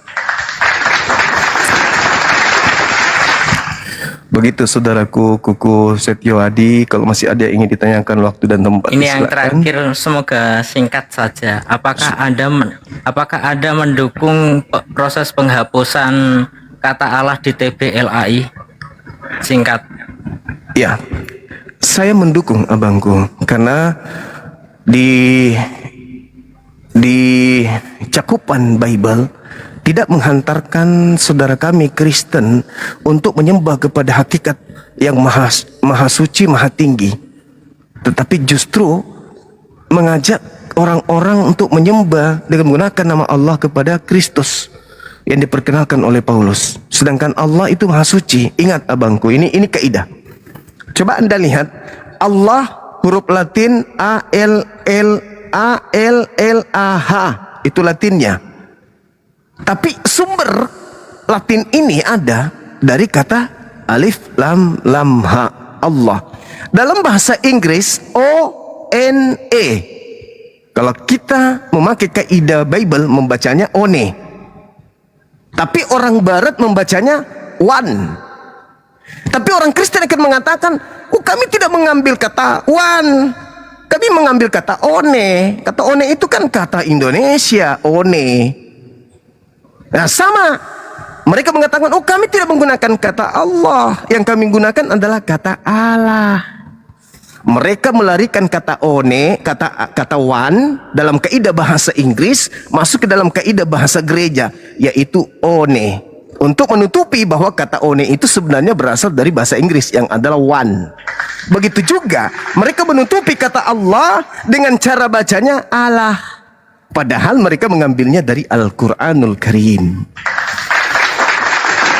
Untuk apa? Untuk mempraktekkan ajaran Filipi 1:18. Apa kata Paulus? Terkait dengan Kristus, aku tetap bersuka cita. Diberitakan dengan maksud mengelabui, berpura-pura, maksud jujur, aku tetap bersuka cita. Makanya orang Kristen kitabnya ketika masuk di Bali, Tuhan yang tadinya adalah Theos, God, berubah menjadi Sang Hyang Widi. Karena selalu mengikuti pola budaya, adat istiadat, kebiasaan setempat. Di mana mereka pergi, di situ mereka mengikuti warna. Supaya apa? Supaya semakin banyak orang yang menjadi pengikut Kristus yang keluar dari kubur. Pergilah ke seluruh dunia, jadikanlah seluruh bangsa menjadi pengikutku. Yesus, Matius 10 nomor 5 nomor 6, Yesus berpesan kepada ke-12 muridnya agar jangan ke bangsa lain, tapi makhluk yang keluar dari kubur sebaliknya. Pergilah ke seluruh dunia, jadikanlah seluruh bangsa lain menjadi pengikutku. Dua Kristus yang berbeda. Oke, saya kira begitu abang. Saya mendukung kalau saudara kami Kristen berupaya bersama-sama untuk menjadikan Bible terbitan berikutnya tak ada lagi kata Allah di situ. Masya Allah, kami sangat menghargai dan akan sujud syukur. Artinya sudah terjadi toleransi yang sangat-sangat luar biasa, penghargaan yang diberikan kepada kami sebagai umat Islam yang menyembah kepada Allah, dan tidak lagi digunakan kata Allah itu di dalam kitabnya saudara Kristen. Karena itu sangat rancu dengan Allah. Filipi 2 nomor 6, Allah telah mengosongkan dirinya, tidak mempertahankan keallahannya, keilahiannya, melainkan mengosongkan diri, dan Allah menjadi manusia, dan Allah mengambil rupa manusia, lalu menjadi manusia. Allah menjadi manusia, lalu Allah kemudian taat, bahkan Allah taat sampai mati di atas tiang salib. Itu penghinaan bagi kami umat Islam. Tapi saudara Kristen menganggapnya biasa aja. Tapi coba kalau Yesus yang kami pakai. Di dalam Galatia 3:13, Kristus Yesus telah menebus kita dari kutuk hukum Taurat dengan jalan menjadi (2 huruf besar, tebal lagi, menjadi kutuk karena kita, sebab ada tertulis, terkutuklah orang yang digantung di atas tiang salib. Siapa yang digantung? Yesus. Siapa yang terkutuk? Yesus. Dia mati dengan jalan apa? Terkutuk. Boleh enggak kami berkata, A'udzubillahi minasyaitonirrajim, aku berlindung kepada Allah dari godaan Yesus yang terkutuk. Boleh enggak kami pinjam kata Yesus? Karena yang terkutuk di dalam Bible Kristus yang digantung. Sebab ada tertulis, terkutuklah orang yang digantung. Yang digantung Yesus, berarti Yesus terkutuk. Nah, kebetulan terkutuk kan Yesus. Boleh enggak kami mengatakan dalam Al-Quran, A'udzubillahi minasyaitonirrajim, dengan aku berlindung kepada Allah dari godaan Yesus yang terkutuk. Sebab orang Kristen datang dengan amanat agungnya mengajak kami umat Islam untuk menyembah kepada Yesus. Yesus yang terkutuk di atas tiang salib. Maka kami boleh dong kena kaidah dalam baca Quran, A'udzubillahi minasyaitonirrajim, aku berlindung kepada Allah dari godaan Yesus yang terkutuk. Boleh, sah, tak ada larangan. Karena Yesus memang dibacakan di dalam Galatia 3:13 sebagai orang yang mati dalam keadaan terkutuk, dan ditegaskan Paulus, sebab ada tertulis, terkutuklah orang yang digantung di atas tiang salib. Tidak ada undang-undang yang bisa melarang itu, karena dalilnya tertulis. Ada ungkapan yang nyata bahwa Yesus itu orang yang digantung terkutuk di atas tiang salib. Kristus telah menebus kita dari kutuk hukum Taurat dengan jalan menjadi kutuk karena kita, sebab ada tertulis, terkutuklah orang yang mati di atas tiang salib. Siapa dia? Yesus. Yesus dikatakan terkutuk nggak di situ? Tidak, tapi mati dalam keadaan kutuk. Nah, dia mengajarkan amanat agung untuk seluruh bangsa menjadi pengikutnya. Jadi karena seluruh bangsa menjadi pengikutku. Pengikut siapa? Pengikut orang yang disalib tadinya keluar dari kubur hari ketiga. Bukankah dia adalah orang yang mati dengan jalan kutuk? Yes, berarti yang keluar ini adalah orang yang tadinya mati dalam keadaan kutuk. Ya, dan menginginkan seluruh bangsa menjadi pengikutnya. Ya, berarti legalitasnya ada. Kami umat Islam nggak mau jadi pengikutnya, maka kami mengatakan, aku berlindung kepada Allah dari godaan Yesus yang terkutuk. Bisa kami lakukan, tapi kami tidak mau merusak perasaan saudara kami orang Kristen. Kami tidak ingin, meskipun kalian sedikit, kami 87, kalian cuma 5% di Indonesia ini. Tapi kami tidak ingin melukai hati saudara-saudara kami Kristen. Tidak mau. Tapi kalian dengan gampangnya, Allah, Allah, Allah, karena kebodohan Allah, roh Allah melayang-layang. Wow, kalian tidak merasakan hati kami yang perih, pedih. Tuhan kami diambil dan dimanfaatkan dengan kalimat-kalimat yang tidak seharusnya, di mana kami menyembah dan memuliakan sosok nama yang datang baginda Rasul Muhammad SAW, yang memperkenalkan kemudian hakikat pencipta yang bernama Allah Subhanahu Wa Taala. Kemudian Bible datang mengambil kata itu dan ditempatkan pada tempat yang tidak seharusnya, menyakiti, melukai. Untungnya Islam itu rahmatan lil alamin. Andaikan tidak, maka akan terjadi hal yang tidak kita inginkan. Saya kira begitu saudara. Mudah-mudahan apa yang saya sampaikan ini bermanfaat, bisa kita jadikan sebagai acuan untuk berpikir ke depannya, untuk mengambil langkah untuk menyelamatkan diri kita masing-masing. Saya kira begitu. Ya, Terima ke kasih. tema selanjutnya Bang Kukuh. Aku udah gak kuat. Jangan nangis dulu, santai. Gak kuat. Aku mohon izin, aku tak merenung dulu. Udah Silakan gak kuat. Abang. Silakan Bang, silakan. Karena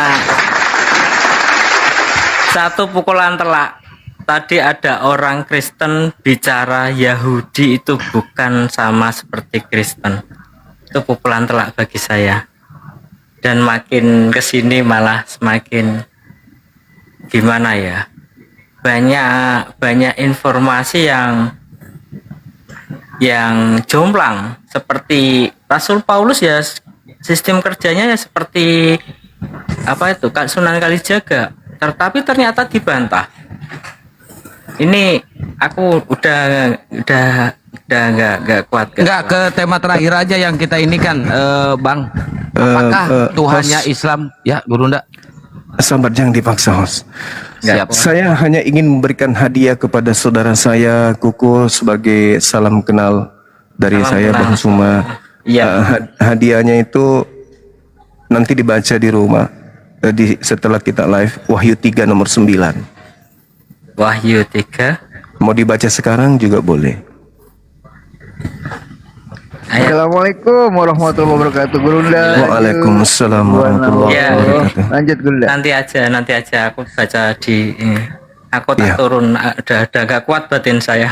Iya, silakan Abang. Nanti kalau sudah dibaca hadiahnya, Terima kasih. datang lagi di sini kita diskusi, tanya Islam sebanyak mungkin, ya Abang ya. Oke, Siap. makasih Bang Kuku, sehat selalu, panjang umur. Makasih Bang Kukuh. Terima kasih, salam. Ya, salam.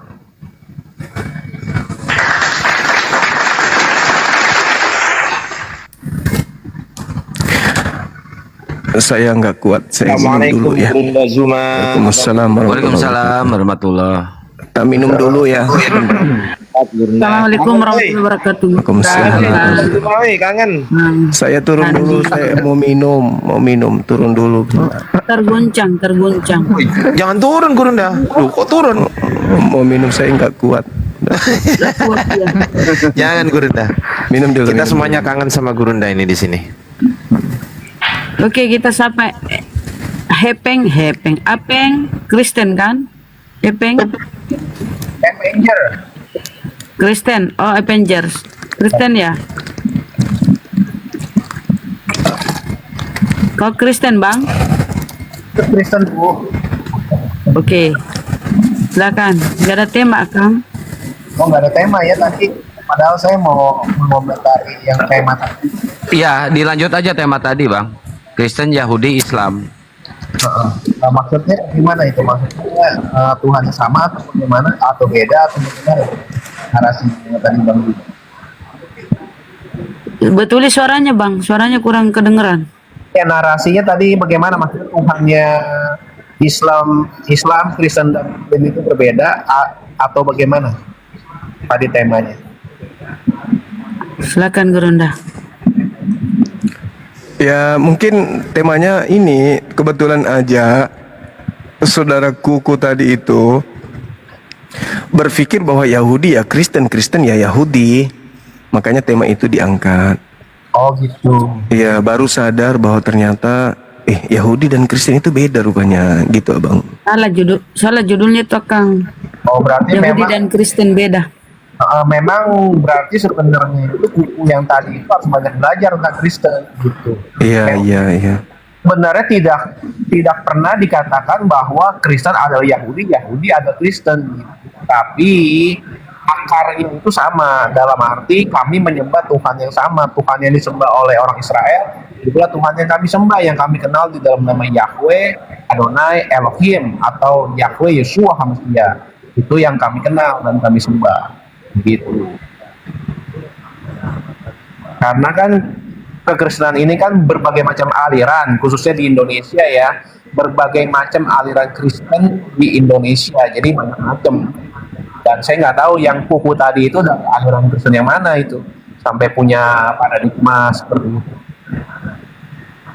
Nah, saya mau mengkomentari sedikit boleh nggak mengenai yang tadi Bang Juma mengatakan bahwa nama Tuhannya Tuhannya orang Islam yaitu Allah atau Allah itu memang sebenarnya saya pribadi sebagai orang Kristen secara personal sepakat dalam arti bahwa sebaiknya nama Allah itu dicabut saja atau tidak usah digunakan lagi di dalam Alkitab orang Kristen supaya jelas gitu, supaya tidak ada kesalahpahaman atau ketimpangan ya. Jadi nama Allah itu ada di Alkitab orang Kristen. Seharusnya memang tidak ada di Alkitab. Walaupun memang sebenarnya kata Allah itu sudah ada sebelum zamannya Nabi Muhammad yang dianggap sebagai nabi oleh umat Nabi itu sudah ada gitu di tanah Arab gitu. Cuman memang saya pribadi kan lebih condongnya itu seharusnya memang kata Allah itu ya dipisahkan aja, nggak usah dipakai lagi oleh orang Kristen ya, supaya nggak terjadi kericuhan lah. Iya, Abang, terima kasih ya Bang ya. Nah sekarang kalau misalnya nama Allah dihapus di Bible, kira-kira nama apa yang mau dipakai? Ya kembali kepada bahasa aslinya yaitu Elohim. Yunani berarti Bang kalau dia perjanjian baru. Elohim itu bahasa Ibrani, bahasa Aramaik. Iya, perjanjian barunya maksudku Bang. Perjanjian barunya kan Allah juga pakai kata Elohim aja, nggak ada masalah. Saya rasa seperti itu. Oke. Gimana Anda coba membaca Elohim di Filipi 2 nomor 6 sampai nomor 8 coba. Saya lagi nggak megang Alkitab ya. Saya boleh baca Bang. Yang walaupun dalam rupa Elohim Yod-Heh-Vav-He tidak menganggap kesetaraan dengan Yod-Heh-Vav-He itu sebagai milik yang harus dipertahankan, melainkan telah mengosongkan dirinya dan mengambil rupa seorang hamba dan menjadi sama seperti manusia, dan dalam keadaannya sebagai manusia Elohim telah merendahkan dirinya, dan Elohim taat sampai mati, bahkan sampai mati di kayu salib. Jadi gimana itu Bang? Apakah orang Yahudi mau Tuhannya dikatakan seperti itu? Kira-kira Yahudi berontak tidak Tuhannya disebut turun jadi manusia, mati dibunuh manusia? Oke, siap. Saya mau kasih komentar ya. Itu sebenarnya nggak ada masalah. Kenapa? Karena kalau kita belajar Bible atau Alkitab atau kitab suci orang Kristen, itu memang di dalam memang kejamakan di dalam diri Elohim. Di dalam diri Yod-Heh-Vav-He itu, di dalam diri Yahweh itu ada kejamakan gitu, ada kejamakan gitu. Nah, banyak ayatnya sebagai buktinya, tetapi memang yang tadi saya mau katakan bahwa yang tadi Bang Juma katakan, apakah orang Yahudi nanti marah kalau nanti kita katakan Elohim merendahkan dirinya menjadi manusia? Memang sampai saat ini orang Yahudi itu memang belum bisa menerima bahwa Yeshua HaMashiach adalah Mesias yang mereka tunggu-tunggu. Maka dari itu orang Yahudi sekarang masih berpegang kepada Taurat, kepada Torah, yaitu Pentatok, kelima kitab Musa, Abangku, ketika dia menunggu Mesias, apakah dia menunggu Elohim? Iya, dia menunggu seorang juru selamat yang dijanjikan. Berarti manusia kan, bukan Elohim yang ditunggu, tapi manusia.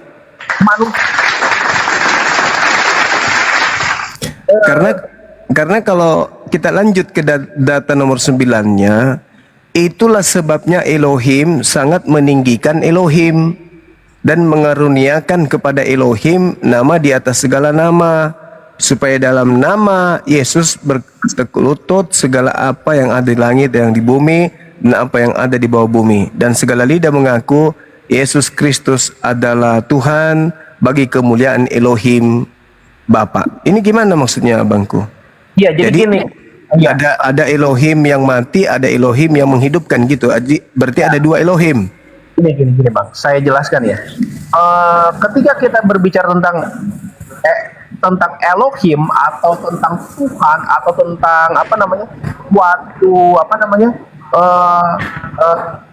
dia adalah makhluk infinite. Jadi suatu makhluk yang tidak pernah terbatas oleh ruang dan waktu. Artinya kita tidak bisa bilang Elohim meninggikan Elohim dalam arti berarti ada dua Elohim. Elohim itu dia sifatnya itu omnipresent, dia maha hadir, artinya dia bisa ada di mana saja. Dia ada di planet Mars di dalam waktu yang bersamaan, dia bisa juga ada di planet Bumi di waktu yang bersamaan, dia bisa ada di alam semesta yang lain, dia di waktu yang sama dia bisa berada di dimensi-dimensi yang lain karena dia sifatnya itu maha hadir gitu. Maha hadir maksudnya dia bisa berupa banyak gitu.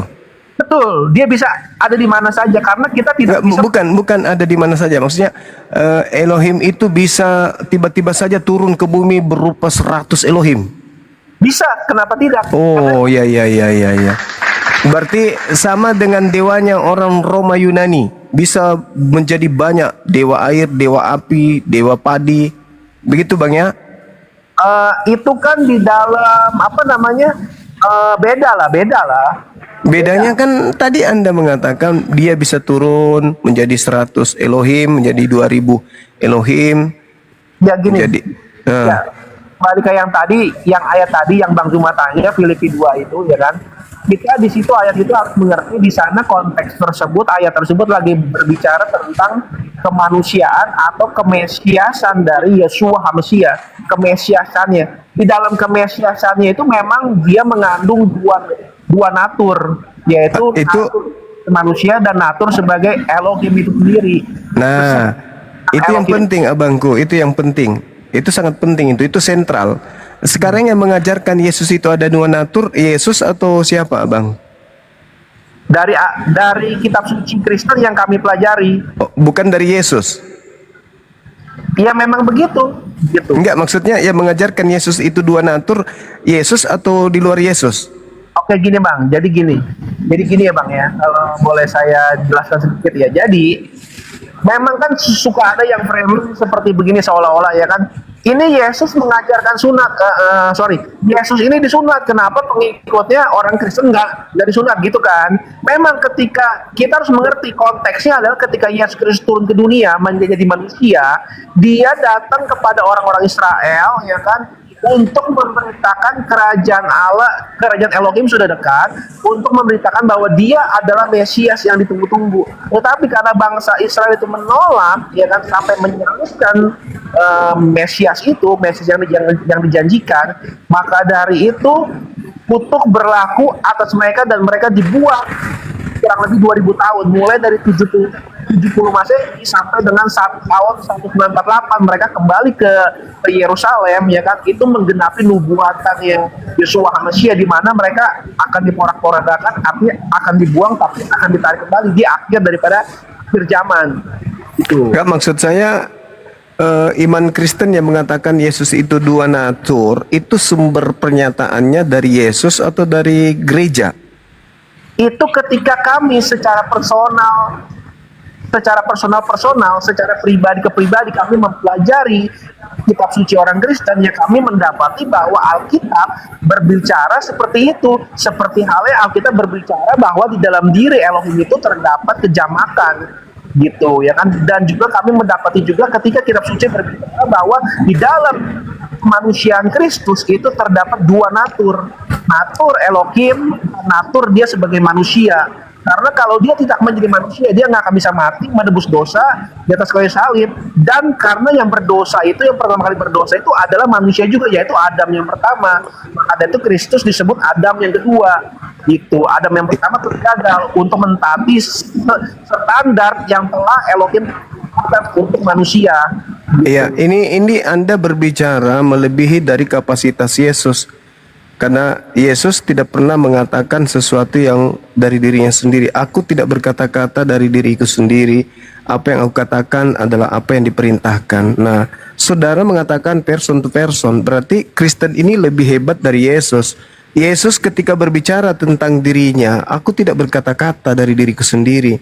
Tapi Kristen seenak perutnya kemudian mengajarkan Yesus dua natur. Ini yang sangat penting. Dari mana Kristen mendapatkan kemudian pengajaran Yesus itu dua natur. Oke, gini Bang. Ini kan secara keyakinan yang pertama alasannya adalah yang saya berikan adalah ini kan menurut keyakinan kami sebagai orang Oh, Kristen, iya iya yang iya. alasan yang pertama, ya kan. Jadi tidak ada satupun manusia yang bisa menggugat kepercayaan iman kami, karena itu berdasarkan kepercayaan seperti halnya kepercayaan umat Islam untuk menyembah Allah, ya kan, yaitu menurut kepercayaan orang Islam. Jadi kami juga nggak bisa menggugat itu, gitu. Dan kami juga nggak bisa mengutak-atik kitab suci kalian, begitu. Itu alasan yang pertama. Alasan yang kedua, memang kitab suci mengajarkan bahwa, ya kan, Kristus Yesus sendiri mengatakan bahwa kepada murid-muridnya, nanti setelah Roh Kudus diutus kepada para murid, nanti Roh Kuduslah yang akan mengajarkan segala sesuatu dan meneguhkan segala hal yang diajarkan oleh Yeshua ketika dia berada di dunia. Memang ketika di dunia ini tentunya dia tidak memberitahu, karena rahasia gereja itu sebenarnya selama 2000 tahun zaman bangsa-bangsa ini, zaman kasih karunia bagi bangsa-bangsa ini adalah suatu misteri yang tidak direvealkan, tidak dinyatakan sebelum Kristus mati. Gantian Bang, jangan panjang-panjang. Tapadahal Gurunda. Ya, saya masih mengejar itu. Saya ingin mengupdate pengetahuan saya seiring dengan kegiatan saya sebagai seorang apologetika Islam. Ketika saudara mengatakan Yesus memiliki dua natur, kedudukan saudara berkata seperti itu sudah melebihi kapasitas Tuhan, karena Tuhan sendiri tidak pernah berfirman seperti itu, melantik seorang manusia memiliki natur keilahian. Sedangkan manusia ini bukan manusia bisu, manusia ini guru, manusia ini rabi, dia Mesias, dia yang pantas bercerita tentang siapa dirinya. Loh, kok ada sekarang pengikut Paulus yang melebihi kapasitasnya daripada kapasitas Yesus? Segala firman yang Tuhan berikan kepadaku telah aku sampaikan kepada mereka, dan tidak ada satupun firman dari Tuhan kepada Yesus yang Yesus sampaikan kalau Yesus itu dua natur.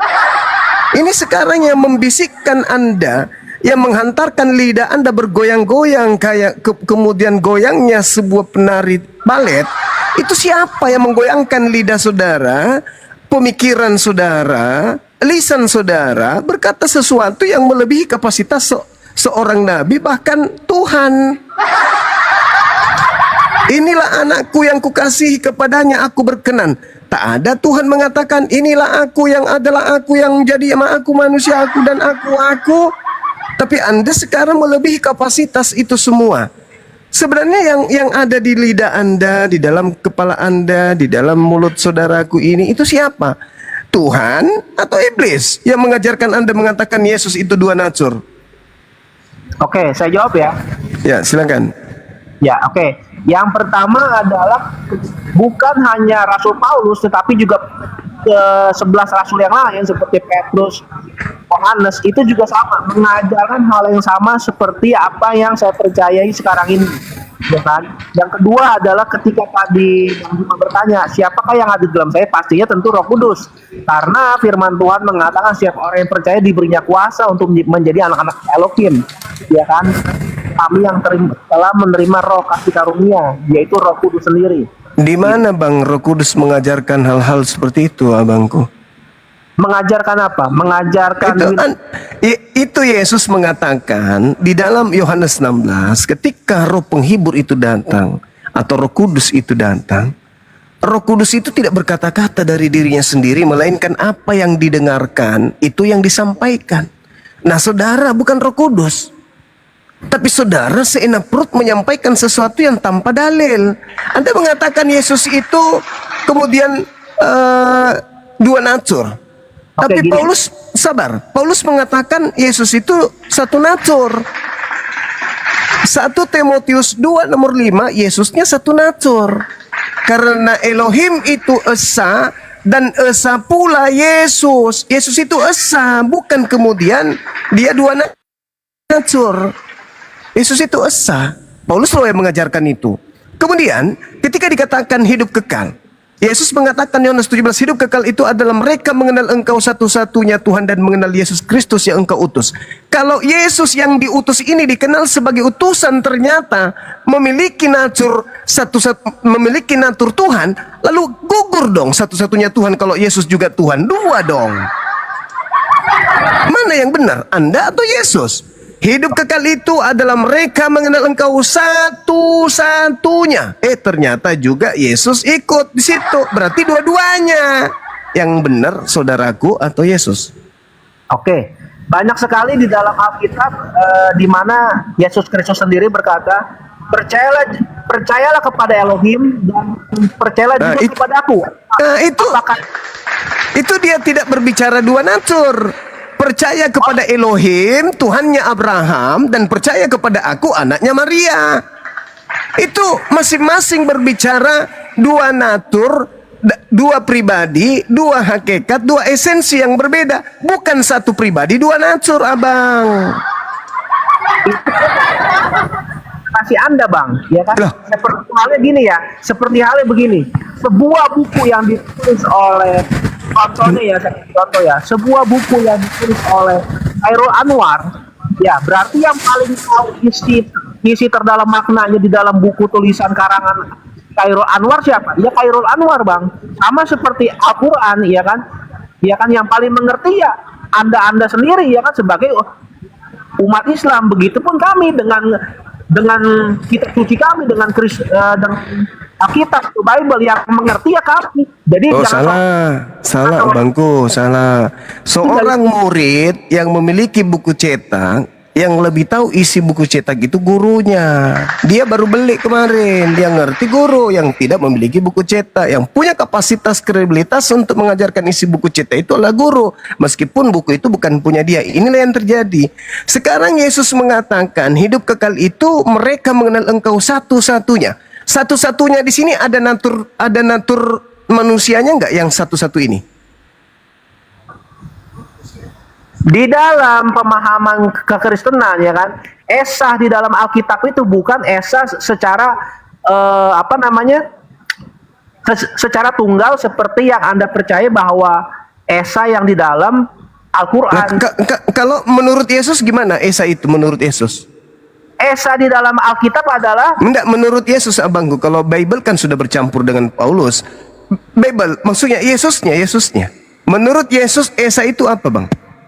Esa ya di dalam pemahaman Alkitab ya Esa itu Yesus, Bang, Yesus. Yang harus dipercaya bukan Bible, yang harus dipercaya Yesus. Esa itu adalah Ehad. Ehad itu menurut Yesusnya, abangku, menurut Yesus. Esa itu Ehad. Nah, Ehad menurut Yesus apa, Bang? Suatu kesatuan di dalam. Di mana Yesus mengatakan satu kesatuan? Yesus terang-terang mengatakan satu-satunya kok, satu kesatuan.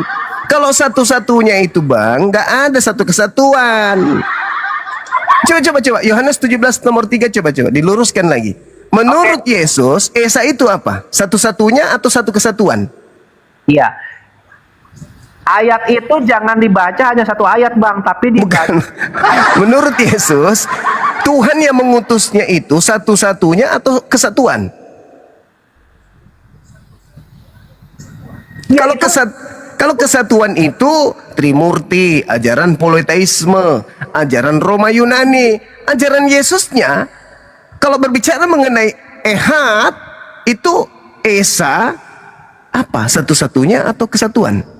Ehad gini ya, Bang, secara kemesiasan dia adalah satu-satunya, betul. Secara kemesiasan dia adalah satu-satunya juru selamat bagi orang Israel. Bang, juru selamat bagi Yahudi itu banyak kali. Musa itu juga juru selamat. Mesias itu banyak di Yahudi. Hezekia, Gedeon, Daud, Saul, Harun, itu Mesias semua itu. Tapi mereka yang berasal dari keturunan Adam yang nantinya mati dan gak bangkit-bangkit lain. Gila, Yesus juga keturunan Adam, sahabatku. Dia punya silsilah. Yesus anak Adam, anak Abraham. Dia anak manusia. Bahkan dikatakan di dalam Ibrani, Tuhan kita adalah Tuhan dari suku Yehuda. Jadi satu-satunya menurut Yesus itu masuk nggak Yesus di situ? Oke, saya jawab ya. Iya bang, iya bang. Secara kemanusiaan iya, betul dia berasal dari keturunan Daud seperti yang dijanjikan bahwa Mesias itu memang harus dilahirkan dari keturunan Daud gitu. Itu betul, tetapi kan secara kodrat dia itu lahir bukan dari hasil hubungan antara seorang pasangan suami istri atau antara pria dan wanita, tapi dia lahir dari benih Roh Kudus dan itu harus diakui memang Yesus Kristus itu lahir bukan dari sperma atau benih dari seorang keinginan laki-laki, Nah, tetapi dia kudus. itu kondisinya membuktikan dia Tuhan atau membuktikan Tuhan berbuat mukjizat melalui Yesus? Membuktikan bahwa Yesus Kristus adalah Mesias yang dijanjikan bahwa dia Iya. adalah Berarti bukan Tuhan kan? Bukan Elohim kan? dia adalah firman Elohim itu sendiri. Dia dafar ha Elohim, dia adalah firman Elohim sendiri. Dia Maksudnya apa ini? Nah gini bang ya, Iya. Bang Juma, saya cuman gini bang, saya sama sekali nggak ada kebencian sama umat Islam karena teman saya banyak sekali yang umat Muslim. Oh sama abangku. Saya juga mengutuk keras kalau ada pendebat Islam yang menghujat Kristen, membabi buta tanpa alasan yang dibenarkan. Betul, bang. Saya gini bang, kalau Bang Juma benar-benar membaca, direnungin itu Yohanes 1 pasal 1 sampai pasal 3 itu jelas berbunyi sampai pasal 14 bahkan pada Oke. adalah Elohim. Baik.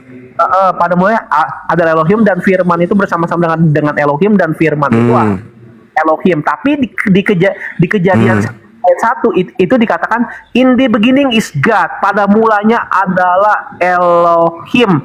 Jadi kalau benar-benar merenungkan bahwa firman Elohim itu ya Elohim itu sendiri seperti maka kalau saya mau kasih analoginya, apakah firman Allah itu adalah satu dengan di dalam diri Allah atau terpisah dengan diri Allah? Nah Bang Juma ya kan itu kan menjadi pertanyaan sama seperti yang diperdebatkan oleh teolog-teolog Muslim bahwa apakah firman Allah itu apakah Al-Quran itu adalah firman Allah atau bukan, dan kalau firman Allah berarti itu satu dengan diri Allah atau terpisah. Tidak lagi menjadi tauhid kan begitu bang ya, Bang Juma ya. Jadi begini abang, saya ingin tahu mengorek sejauh mana Anda berakal dalam beragama. Menurut saudara saya ini, apakah pencipta langit dan bumi itu memiliki satu kehendak atau bercabang kehendak, 2 kehendak, 3 kehendak, 4 kehendak? Di dalam pemahaman Kristen ya, di dalam pemahaman itu satu kehendak. Satu kehendak. Oke, saya kunci bang ya. Saya kunci. Ternyata dalam hal berkehendak, Tuhan itu maha berkehendak. Dalam Kristen ternyata Tuhan itu cuma satu kehendak.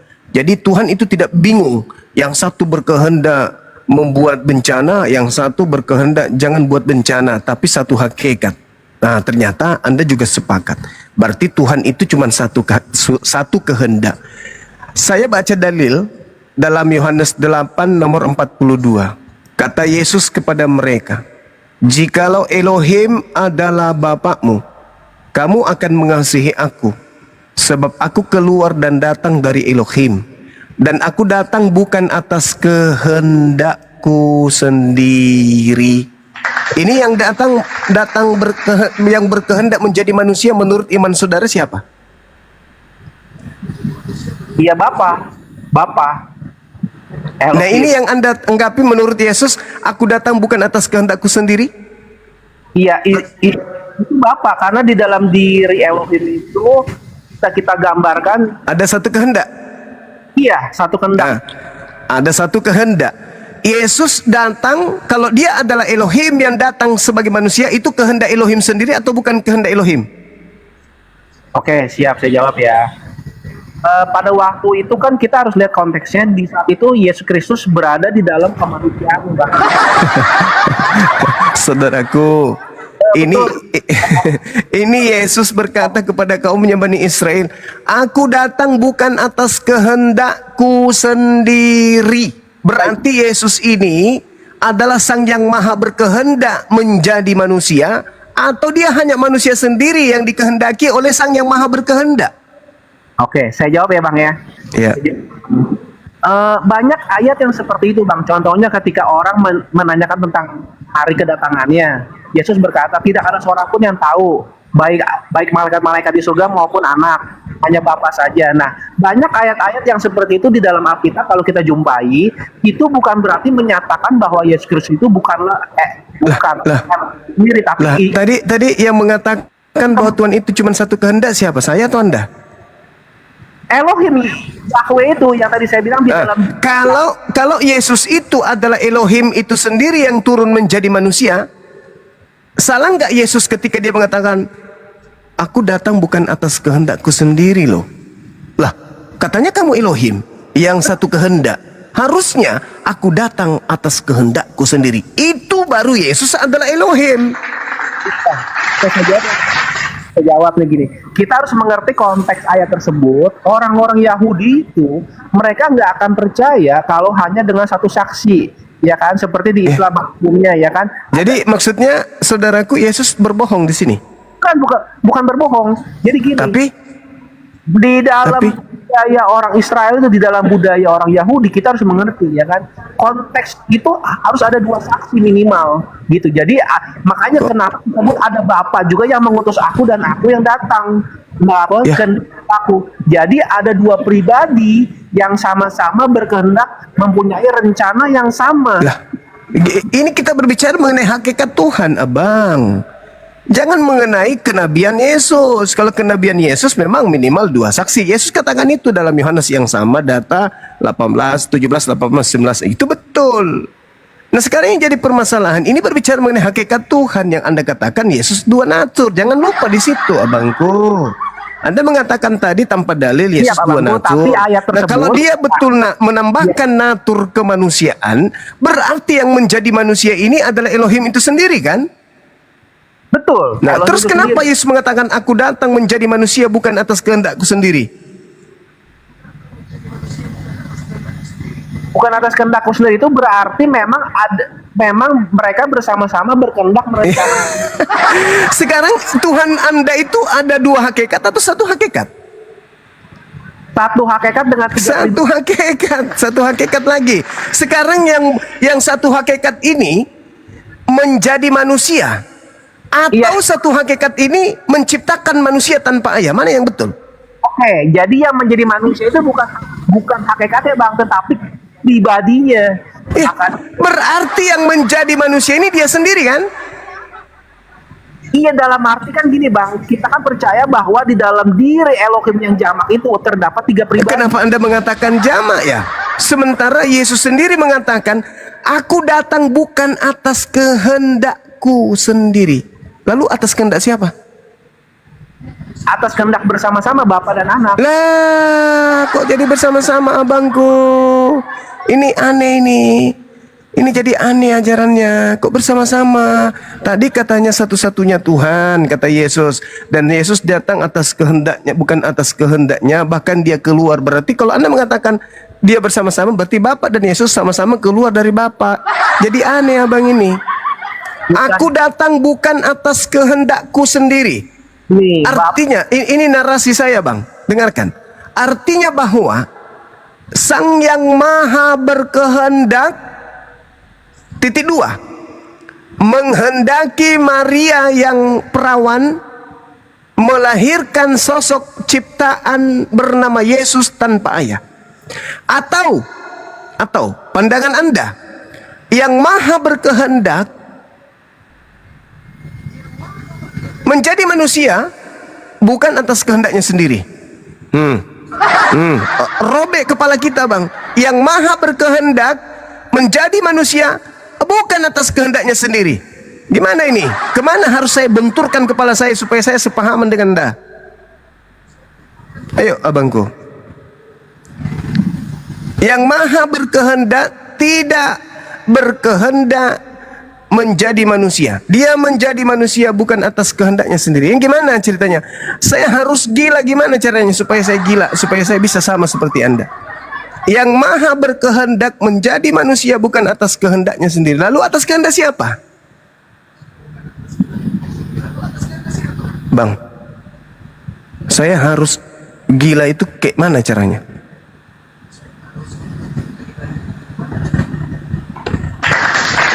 Oke, saya rasa cukup.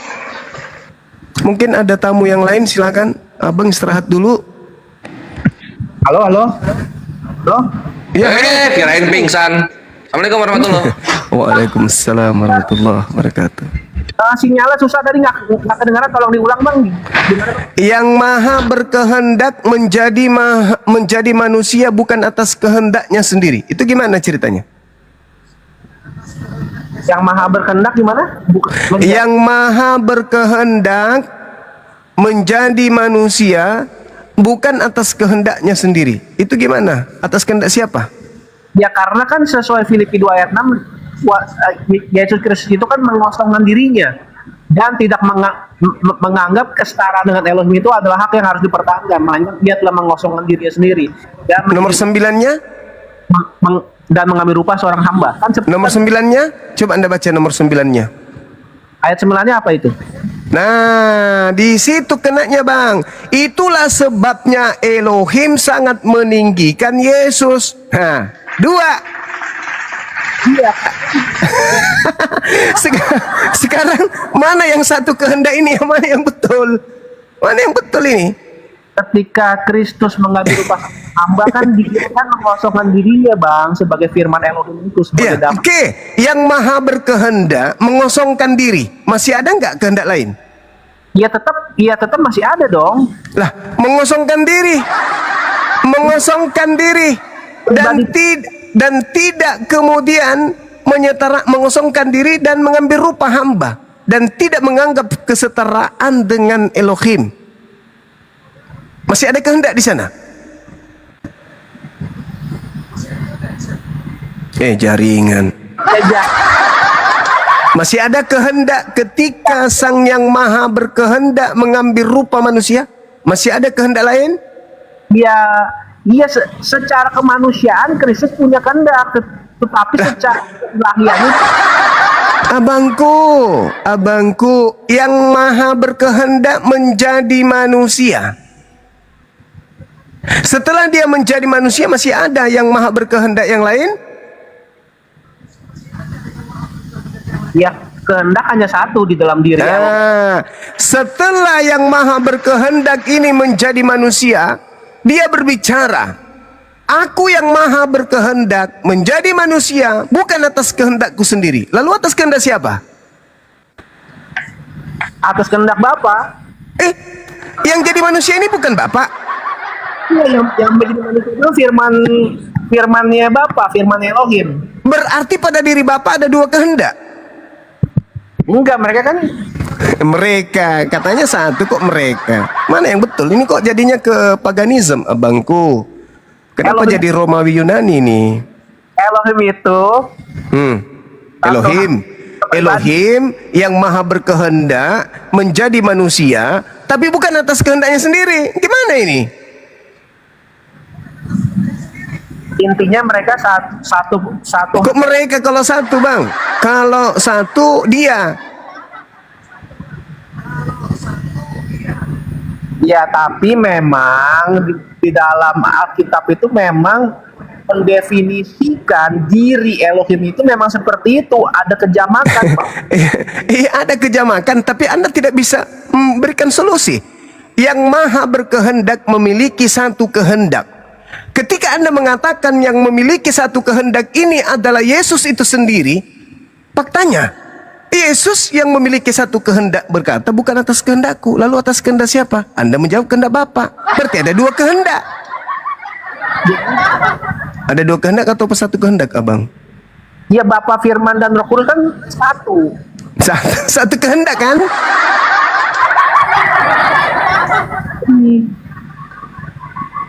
Abangku, pencipta langit dan bumi yang maha kuasa ini ada berapa kehendak dalam dirinya? Satu kehendak. Satu kehendak.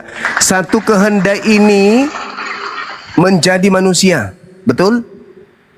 Ya. Terus kenapa dia lupa ingatan? Dia mengatakan aku menjadi manusia bukan atas kehendakku. Lalu atas kehendak siapa? Bapak loh. Bukannya dia Bapak? Hah? berarti kan jadi seperti pemahaman orang Wanes. Ya enggak, maksudku Anda memaksakan kemudian menjadi oneness pun tidak bisa. Kenapa? Karena Yesus ini bukanlah dia sang yang maha berkehendak. Bukan masalah mukjizatnya, tapi masalah kedatangannya di atas muka bumi ini ternyata bukan atas kehendaknya. Lalu atas kehendak siapa? Bapa. Lah, berarti Yesus ini bukan Bapa pada hakikatnya. Harusnya kalau Yesus ini adalah Bapa, aku datang atas kehendakku sendiri. Masih ada nggak kehendak di atasnya? Nggak ada. Akulah sang yang maha berkehendak itu. Faktanya, aku datang bukan atas kehendakku sendiri. Subhanallah. Yesus hamba Allah.